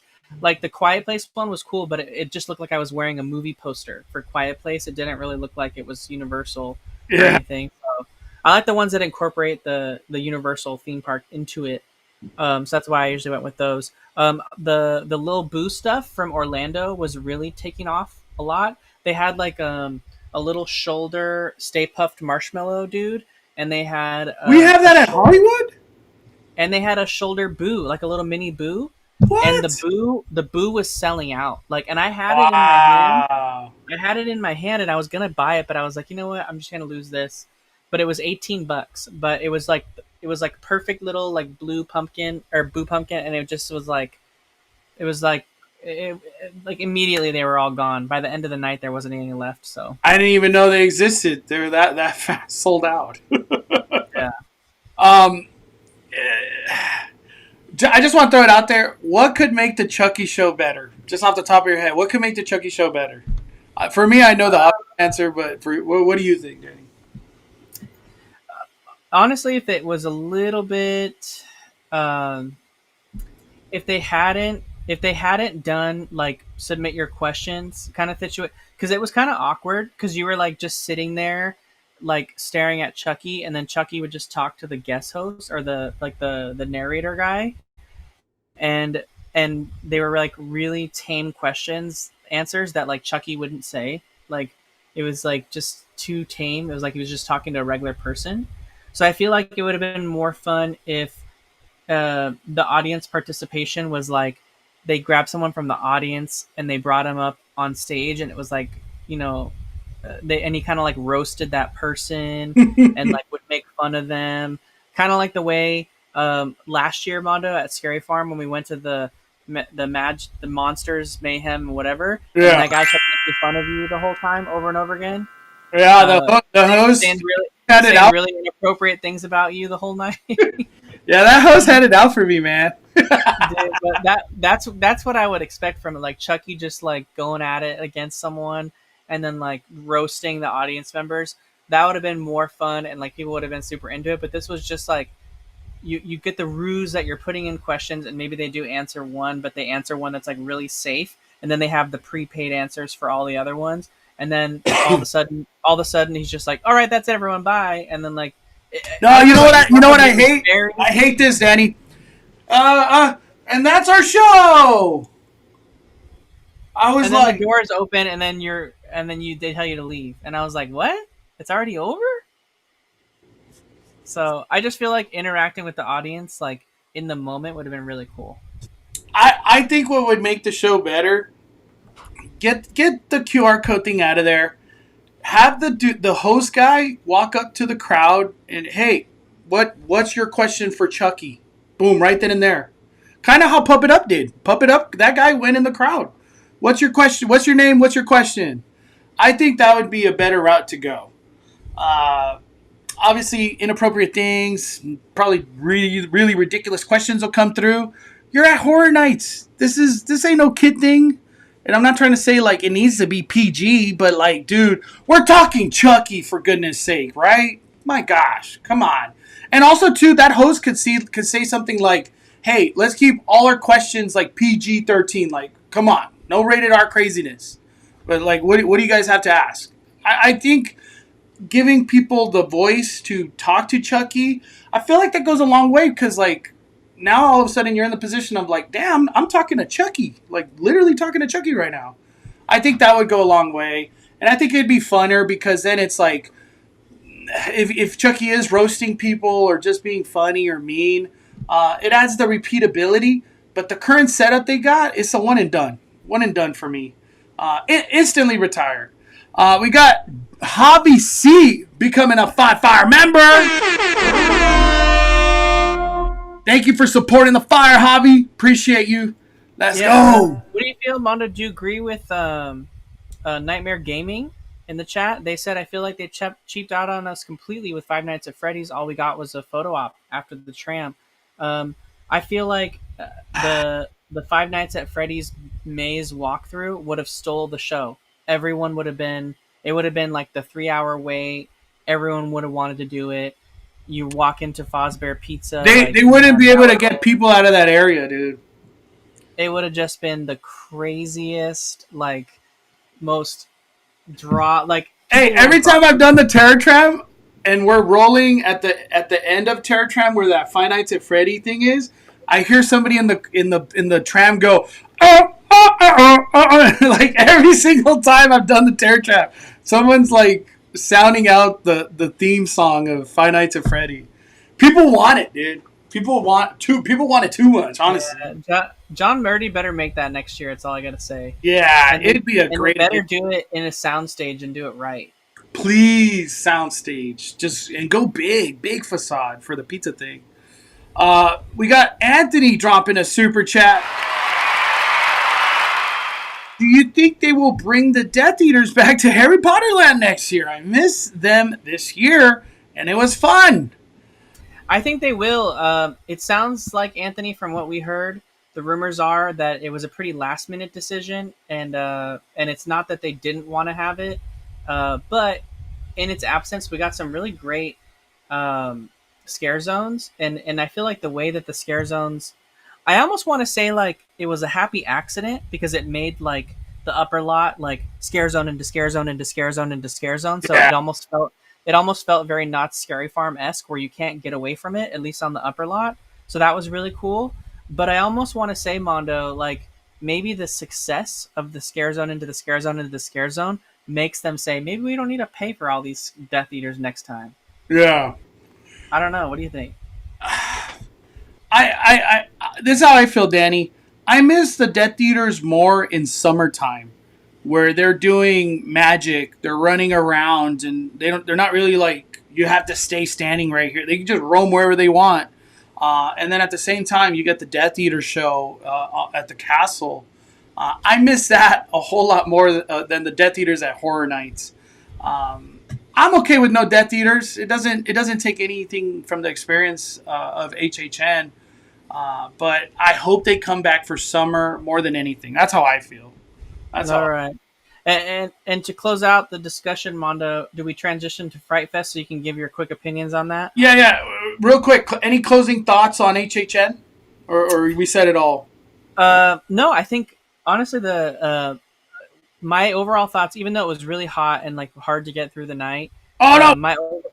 One thing, Danny, we have to talk about this. We have to. Okay. Oh, yeah. We cannot move on from HHN. Did you try it? Yes. So good. My favorite thing. It was the cutest thing I've ever seen. And it was cool because like if you saw the movie and you saw them and you went in the maze and you saw the little mini Stay Puffs, it was cool that was a treat that you could eat as well too. And amazingly priced, $7. Yes, $7. I was shocked.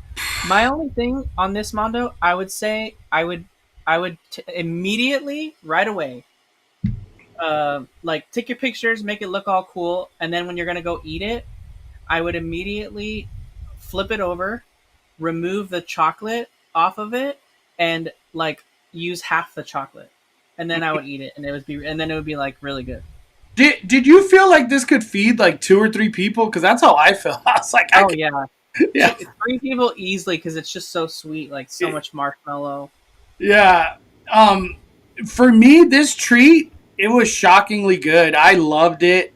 I would totally get it again. The reason I was shocked about $7, you could get a Super Nintendo World chocolate, and I think they're either $8 or $9, and that's just a chocolate bar. We're getting graham cracker chocolate and that big ass marshmallow for $7. Great deal. Like you have to get one of these on your Horror Night trip. And this is only sold at the lower lot at the ice cream spot right across Panda next to Megatron. That's always the spot that has the special stuff. Yeah, and they're only sold after 7 p.m.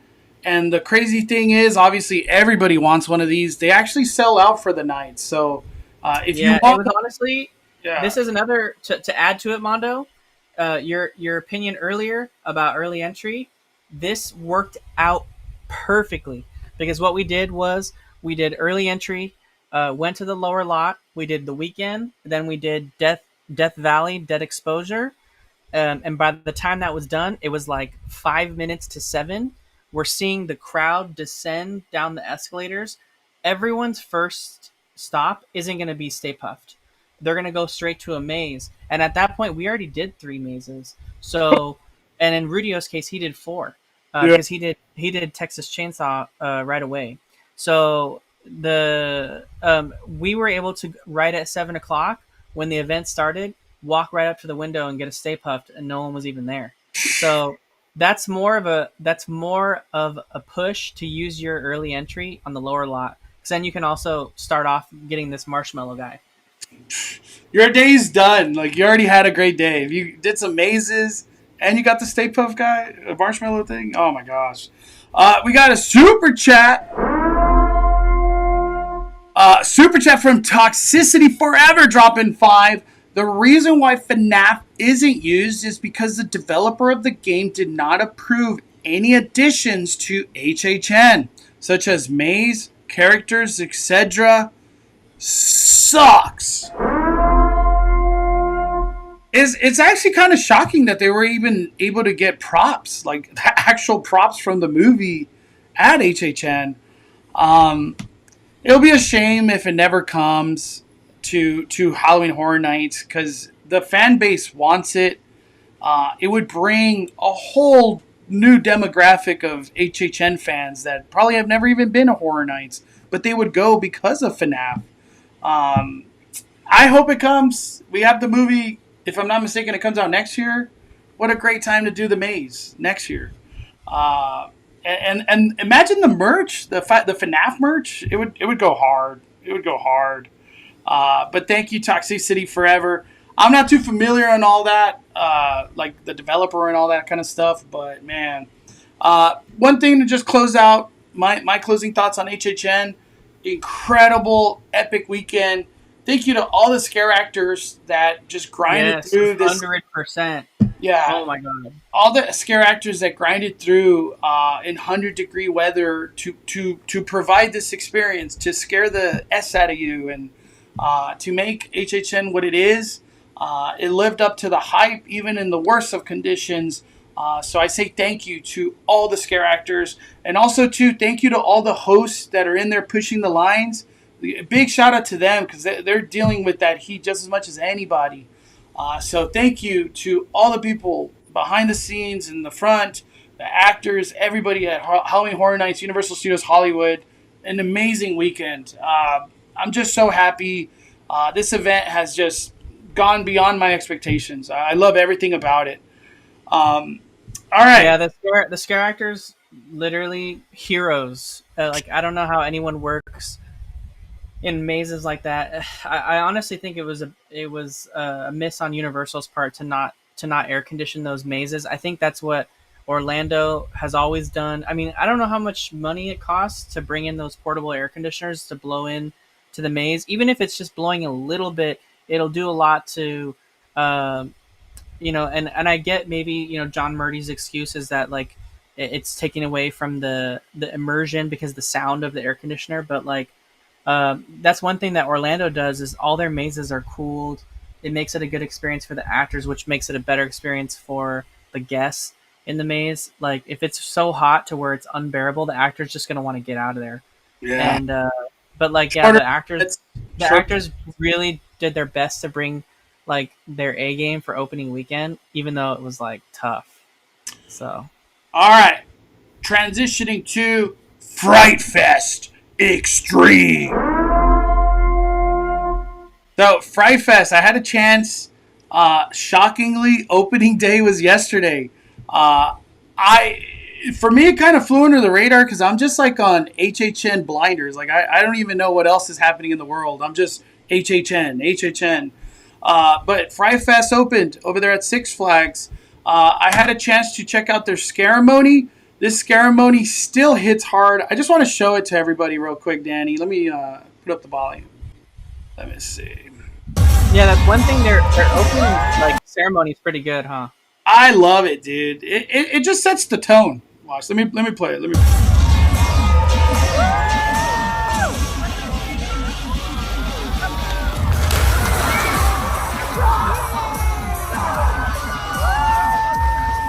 And one of the coolest part about this, like they call it Unleashed, like Unleashed Scaramony. I'm just gonna call it Scaramony. Unleashed Scaramony. You get to see all the Scare Zone performers in this. So the only other way you could see all these performers if you went to the Scare Zones and you hope that these performers are acting at that time. But in the there's Unleashed, you get to see them all in person. So it's really cool. Really, really cool. So I had a chance to do Stranger Things. I didn't know what to expect in Stranger Things. Where is it? There it is. I didn't know what to expect in Stranger Things maze, but the honest truth of like, before I even get into Stranger Things, Fright Fest. I'm going to bring it up next week more than this week. Fright Fest at Midsummer Scream, if I'm not mistaken, like I have to look back at it, but I could have sworn those people that were doing their Midsummer Scream presentation said, all this will be open day one. Everything. Day one. We're going to be the biggest haunt in LA County and all these other stuff. We got all these IPs. Blah, blah, blah. Well, when I was there till 9:30. This event started at 7, so we were there about 2.5 hours. Saw was closed. Trick or Treat was closed. Army of the Dead was closed. And Army of the Dead, there's like another maze or some type of walkthrough that I can't think of the name of it off the top of my head. All of that closed. So like 4 out of the 5 new things that were supposed to come to Fright Fest closed. When you go all the way, dude, Six Flags ain't closed, man, for nobody for the most part. So to get there and then have these things be closed, it's a huge letdown for the fans and the people that are excited for this event and want to see it thrive and see what new stuff has come to Fright Fest. You can't even see it. Today, some people were telling me that Army of the Dead actually opened at some point in time, and Saw opened as well. I have no idea what the videos look like for that. I'm just honestly gonna wait till next week. But Trick or Treat, like the facade wasn't even done. Trick or Treat has no chance of opening today, like period. So all that midsummer stuff about it opening day, we're gonna have everything ready. That wasn't the case. But I had a chance to do Stranger Thing maze, and the thing is, Danny, when I did Stranger Thing maze, all I kept thinking was like, okay, how is this going to compare to Horror Nights? Even though I don't want to do that, you can't help yourself but compare because, we've seen, Danny, you've heard me, dude. I'm not the most fond of Stranger Thing mazes at HHN. Everybody knows that. That's followed me for a long time. I'm not. I'm just not. But I wanted to see how Fright Fest is going to do it. Maybe they different interpretation, a different take on it all. And when I did Fright Fest, I did a vlog. So if you really want to see this like full breakdown of what it looked like in the Stranger Thing maze, you could see it. But I was doing the maze, and it was just kind of like I see what they're trying to do with the sets, but at the same time, it was just kind of a whole lot of nothing as I'm walking through. And as the further I go into the Stranger Thing maze, for me personally, it felt like I'm not seeing any characters from the show. Are you 11? Is 11 even in this? It's just when you do an IP, the fans expect like that IP to come to life, like the movie or the show, whatever it is. And to me, I felt like it really didn't. Was this an original idea more than like they're trying to do the show? Because everything was kind of vague on how Stranger Things was going to come to life. But in Stranger Things, there's like a Halloween haunt, which is like when you're first entering. I think it's like the high school, and they're celebrating Halloween at the high school. So then at that point in time, all I kept thinking was like, I don't think this is any of the show at all.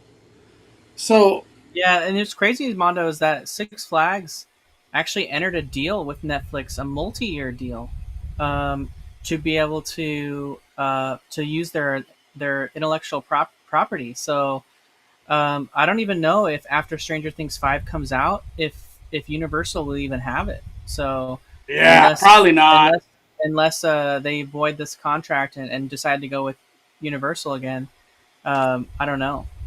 And for me, I always go in with the open mind. I'm not here to like just completely bash it, but Hugh, it was just like very lackluster throughout the whole maze, and then finally you get this like last room. You're in the upside down, Danny. I know you've seen this video a lot, but this is the big banger right here.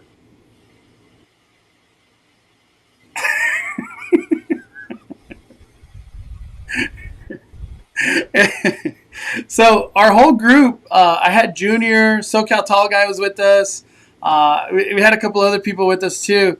Everybody walked out of the maze and just had a like. Did you guys see what we just saw? Like, it was just like no way. The big finale is this like stationary Vecna, because Vecna never came out in any other pieces of the maze. So to me, it was just like, no way you're gonna end Stranger Things like this. I don't want to believe it, Danny. After hearing me say all this stuff, you're seeing this from the outside looking in. How does it feel for you, dude? Are you trying to travel to this? No, not even. I don't really like the concept of the mazes I've ever seen at Fright Fest. It's not a normal haunt event. It's like all included, so like everyone can just kind of be a part of it. I think it just feels different to me. Some people like that, that it isn't all part of just like the regular Six Flags. I know you had a lot of fun, Mondo, with some of like their scare actors and like the Ah, scare dude. zone areas. So for me, Fright Fest, where it shines is the scare zones, and then the slider show at the end of the night. That's like when I think of Fright Fest, that's what I think. I think of the clowns over there by Batman, and then the slider show. Like it's just that's where my mind goes, and also the scare zones in general all around. I didn't have a chance to explore all the scare zones. I didn't have Yeah. time like that yesterday, but I'll be back next week to do like a full, thorough Yeah, I think the get a problem with feel of what Fright Fest extreme. I don't know where the extreme was in Fright Fest. You know what I I think the hard part about Six Flags is that like they have incredible rides that like go really well, pair really well with an event like this. So in all honesty, like the roller coasters that they have surrounding the event as a secondary option with the mazes could make this event like probably one of the best ones if their mazes actually were worth like Yeah, like they, it's like they spend all this money to get these exclusivity deals. They have The Conjuring, they have Stranger Things, they have Saw, they have Trick or Treat, like all these amazing properties, and then they don't start building the mazes until 2 weeks before the event starts. And this looks like they built it in 2 weeks, right? uh, And like meanwhile, you have like Halloween Horror Nights and that are Not Scary starting in Farm like March, starting literally. in March and April, like Yeah, months in advance, building these things, putting the time and the detail into it, and like people know and expect that like a lot of work went into these things, a lot of creative teams behind it, and Knott's knows it's lucrative for them, Universal knows it's lucrative for them, and if Six Flags wants to be on the same level, I think they need to prioritize it and not just build these 2 weeks before the event starts, like, and then have opening night and then Trick or Treat's not even open because they didn't start building it soon enough. Like, what's preventing them from starting to build it in April? I don't get it. I don't understand. you know how I felt, Danny. So I have to bring this up because it crossed my mind a lot when I was at Fright Fest. So when Halloween was at Disneyland, this is just a hypothetical. Say that the Halloween event, Mickey's Halloween party, was bad.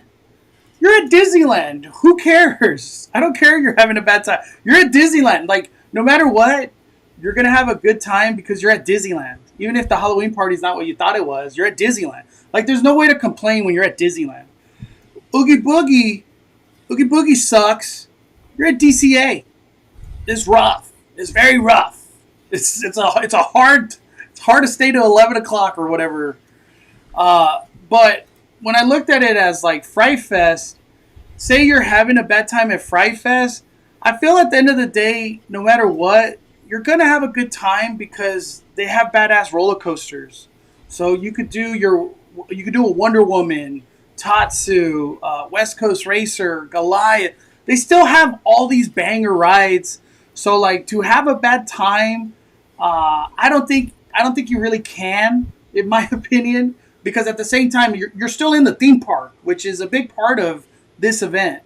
And I know that that at least as of right now, Stranger Things is on the rough. It's very rough. Maybe more things will get added in the next month, but I think like one thing I want to say to people, you got to remember you're still at Six Flags, so the whole concept of the roller coaster mecca is still there. So you get the roller coasters and all of this. It's a package. Yeah, because remember, like it's almost like they're not putting as much effort into it because it's not a paid event separate, right? It's included in your admission to Six Flags, so it's just like it's there if you want. But Yeah. if you're there to go to Six Flags, this is just happening on the side, and you can not do any of it. So like that's I think like how Six Flags wants to prioritize it, and I don't necessarily know that that's the right move when they're doing big properties like this, where they're bringing in like the Trick or Treat, the Conjuring, Stranger Things, Saw. Like these are huge properties that have like really big, humongous followings, dude. Especially Stranger Things.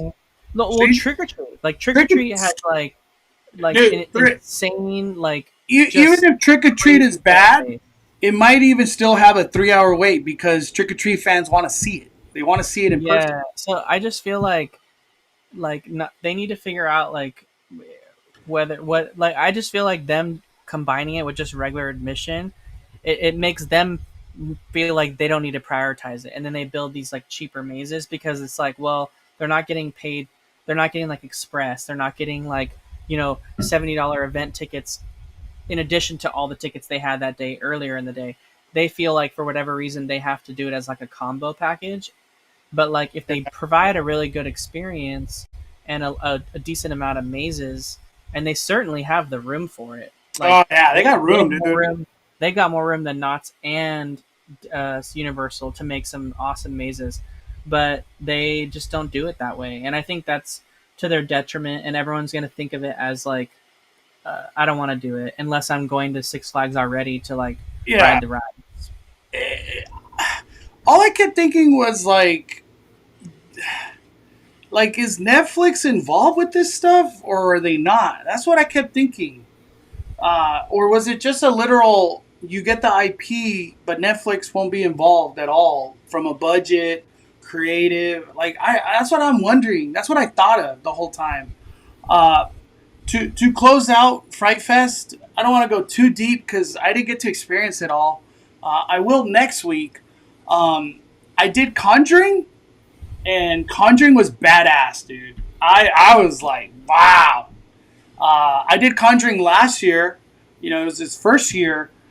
This year, it's a lot different, very different. And I actually got a run through where a lot of stuff wasn't staffed or just probably not working. But overall, I saw what they were trying to do in Conjuring, and it was good. Conjuring, I feel like Conjuring is very hard to beat this year because they just did cool things in there, and I was like, wow. And we had like a group of like young kids, and they were screaming their butts off. Like Conjuring was scary, dude. I like at thinking was like they went hard. Like they went hard. I don't know if all the money went to Conjuring or something, but Conjuring was awesome. So it was like a tale of two tales. Something that just very bad, and then something really good. So I don't know. I can't really judge Fright Fest right now. We already kind of knew. Everybody was in doubt that day one they were just gonna be running on full cylinders. I don't think that's not the case at all. But the scare zones, opening ceremony, I heard the slider show was a banger. I can't wait to see this event as a whole, and I'm excited to see it grow, and I hope it gets better. One thing I do know, Danny, and I'm just gonna say this right now. I know that the people that are behind Fright Fest, those people care big time, and they're very involved. So I feel like things are only going to improve. I don't think what we saw day one is what you're going to see in October. I think things are going to change. I think things are going to change, and I really sincerely mean that. Like I'm not trying to spin it. I really feel they're going to change in a good way. So we'll see how next week goes. Closing thoughts on everything, Danny. I know we're running kind of late now, but closing thoughts on everything. Honestly, HHN was great. I feel like they have a solid lineup this year. I feel like if you can brave the heat, if you're able to brave the heat this weekend, you had a great opening weekend with low weights. We'll see if that plays into effect next weekend when we're in the low 70s, when it's probably going to be cooler at night. It might bring the crowds, but I think if you're going to HHN this year, there's a lot to be excited about. There's a lot of really great experiences, and I can't wait to see how Mondo's top top nine play out as you go more and more. I think that you'll have a different appreciation for the weekend moving forward. Once you growing on me. It's growing a lot on me, dude. It really especially is. When you notice the build up to the big monster at the end. I didn't realize that they were doing pieces to then put again. It didn't cross my mind. But now that I've seen the monster many times, it is split in half. So I get it. It's making a lot more sense. It's funny you say that, Danny, because legit, I've watched my walkthroughs and I'm like, what the hell? I guess they're building a monster, so that makes more sense. I've only gone to HHN once every season, but I think this time, Mondo, maybe I'll go a second time in like October or something. Yeah, no, you got to come one more time, Danny. October. I would love to redo it when it's not so hot. Yep. And next week, is it this week or we have 2 more weeks for Scary Farm? Scary Farm is not this week. Scary Farm is the following week. Oh man! So we got to wait all the way until the 19th of September for Scary Farm opening night. Wow! Before we walk into the spiders, which I'm totally not excited for. I'm legit not excited for spiders. That's playing into the phobia of spiders. Well, I think the scary part is that when we walked through, what's the new maze last year? I'm trying to remember. Chilling Chambers? Not Chilling Chambers. Room 13. Room 13. When we walked through Room 13, it was an 8-minute walkthrough. And legit, dude, it was long. And I was like, Mondo being stuck in the spider maze for like 8-9 minutes. I was like, that's gonna be a lot. I just like, I got the jitters just thinking about it. All right, everybody. Thank you guys all for hanging out with us. I hope we helped out trying to navigate, hear about all these houses and everything for Horror Nights. For all the people going in the near future, I hope you have the best of time. All the people going to Fright Fest as well, hope you have the best of time. Think of it as you got a theme park and Fright Fest. I feel like that's a better mentality to have. But overall, Danny, incredible live stream today, my friend. I can't wait to talk next week with more Disney, because that's what I'm going to try to focus on this week, some Disneyland. I got to get back out there. You got to get your last Disney week before you go full Scary Farm. It's going to be good. I got my Scary Farm pass. You have yours, so we'll be going a lot. Oh, no, we're going to go a lot, Danny. We're going to go a lot. All right, everybody. Thank you guys for watching Five Fires YouTube. Smash that like button. We are firing it down, the Cali Bay. Just as Danny are calling it a day. I'm the main host, Mondo.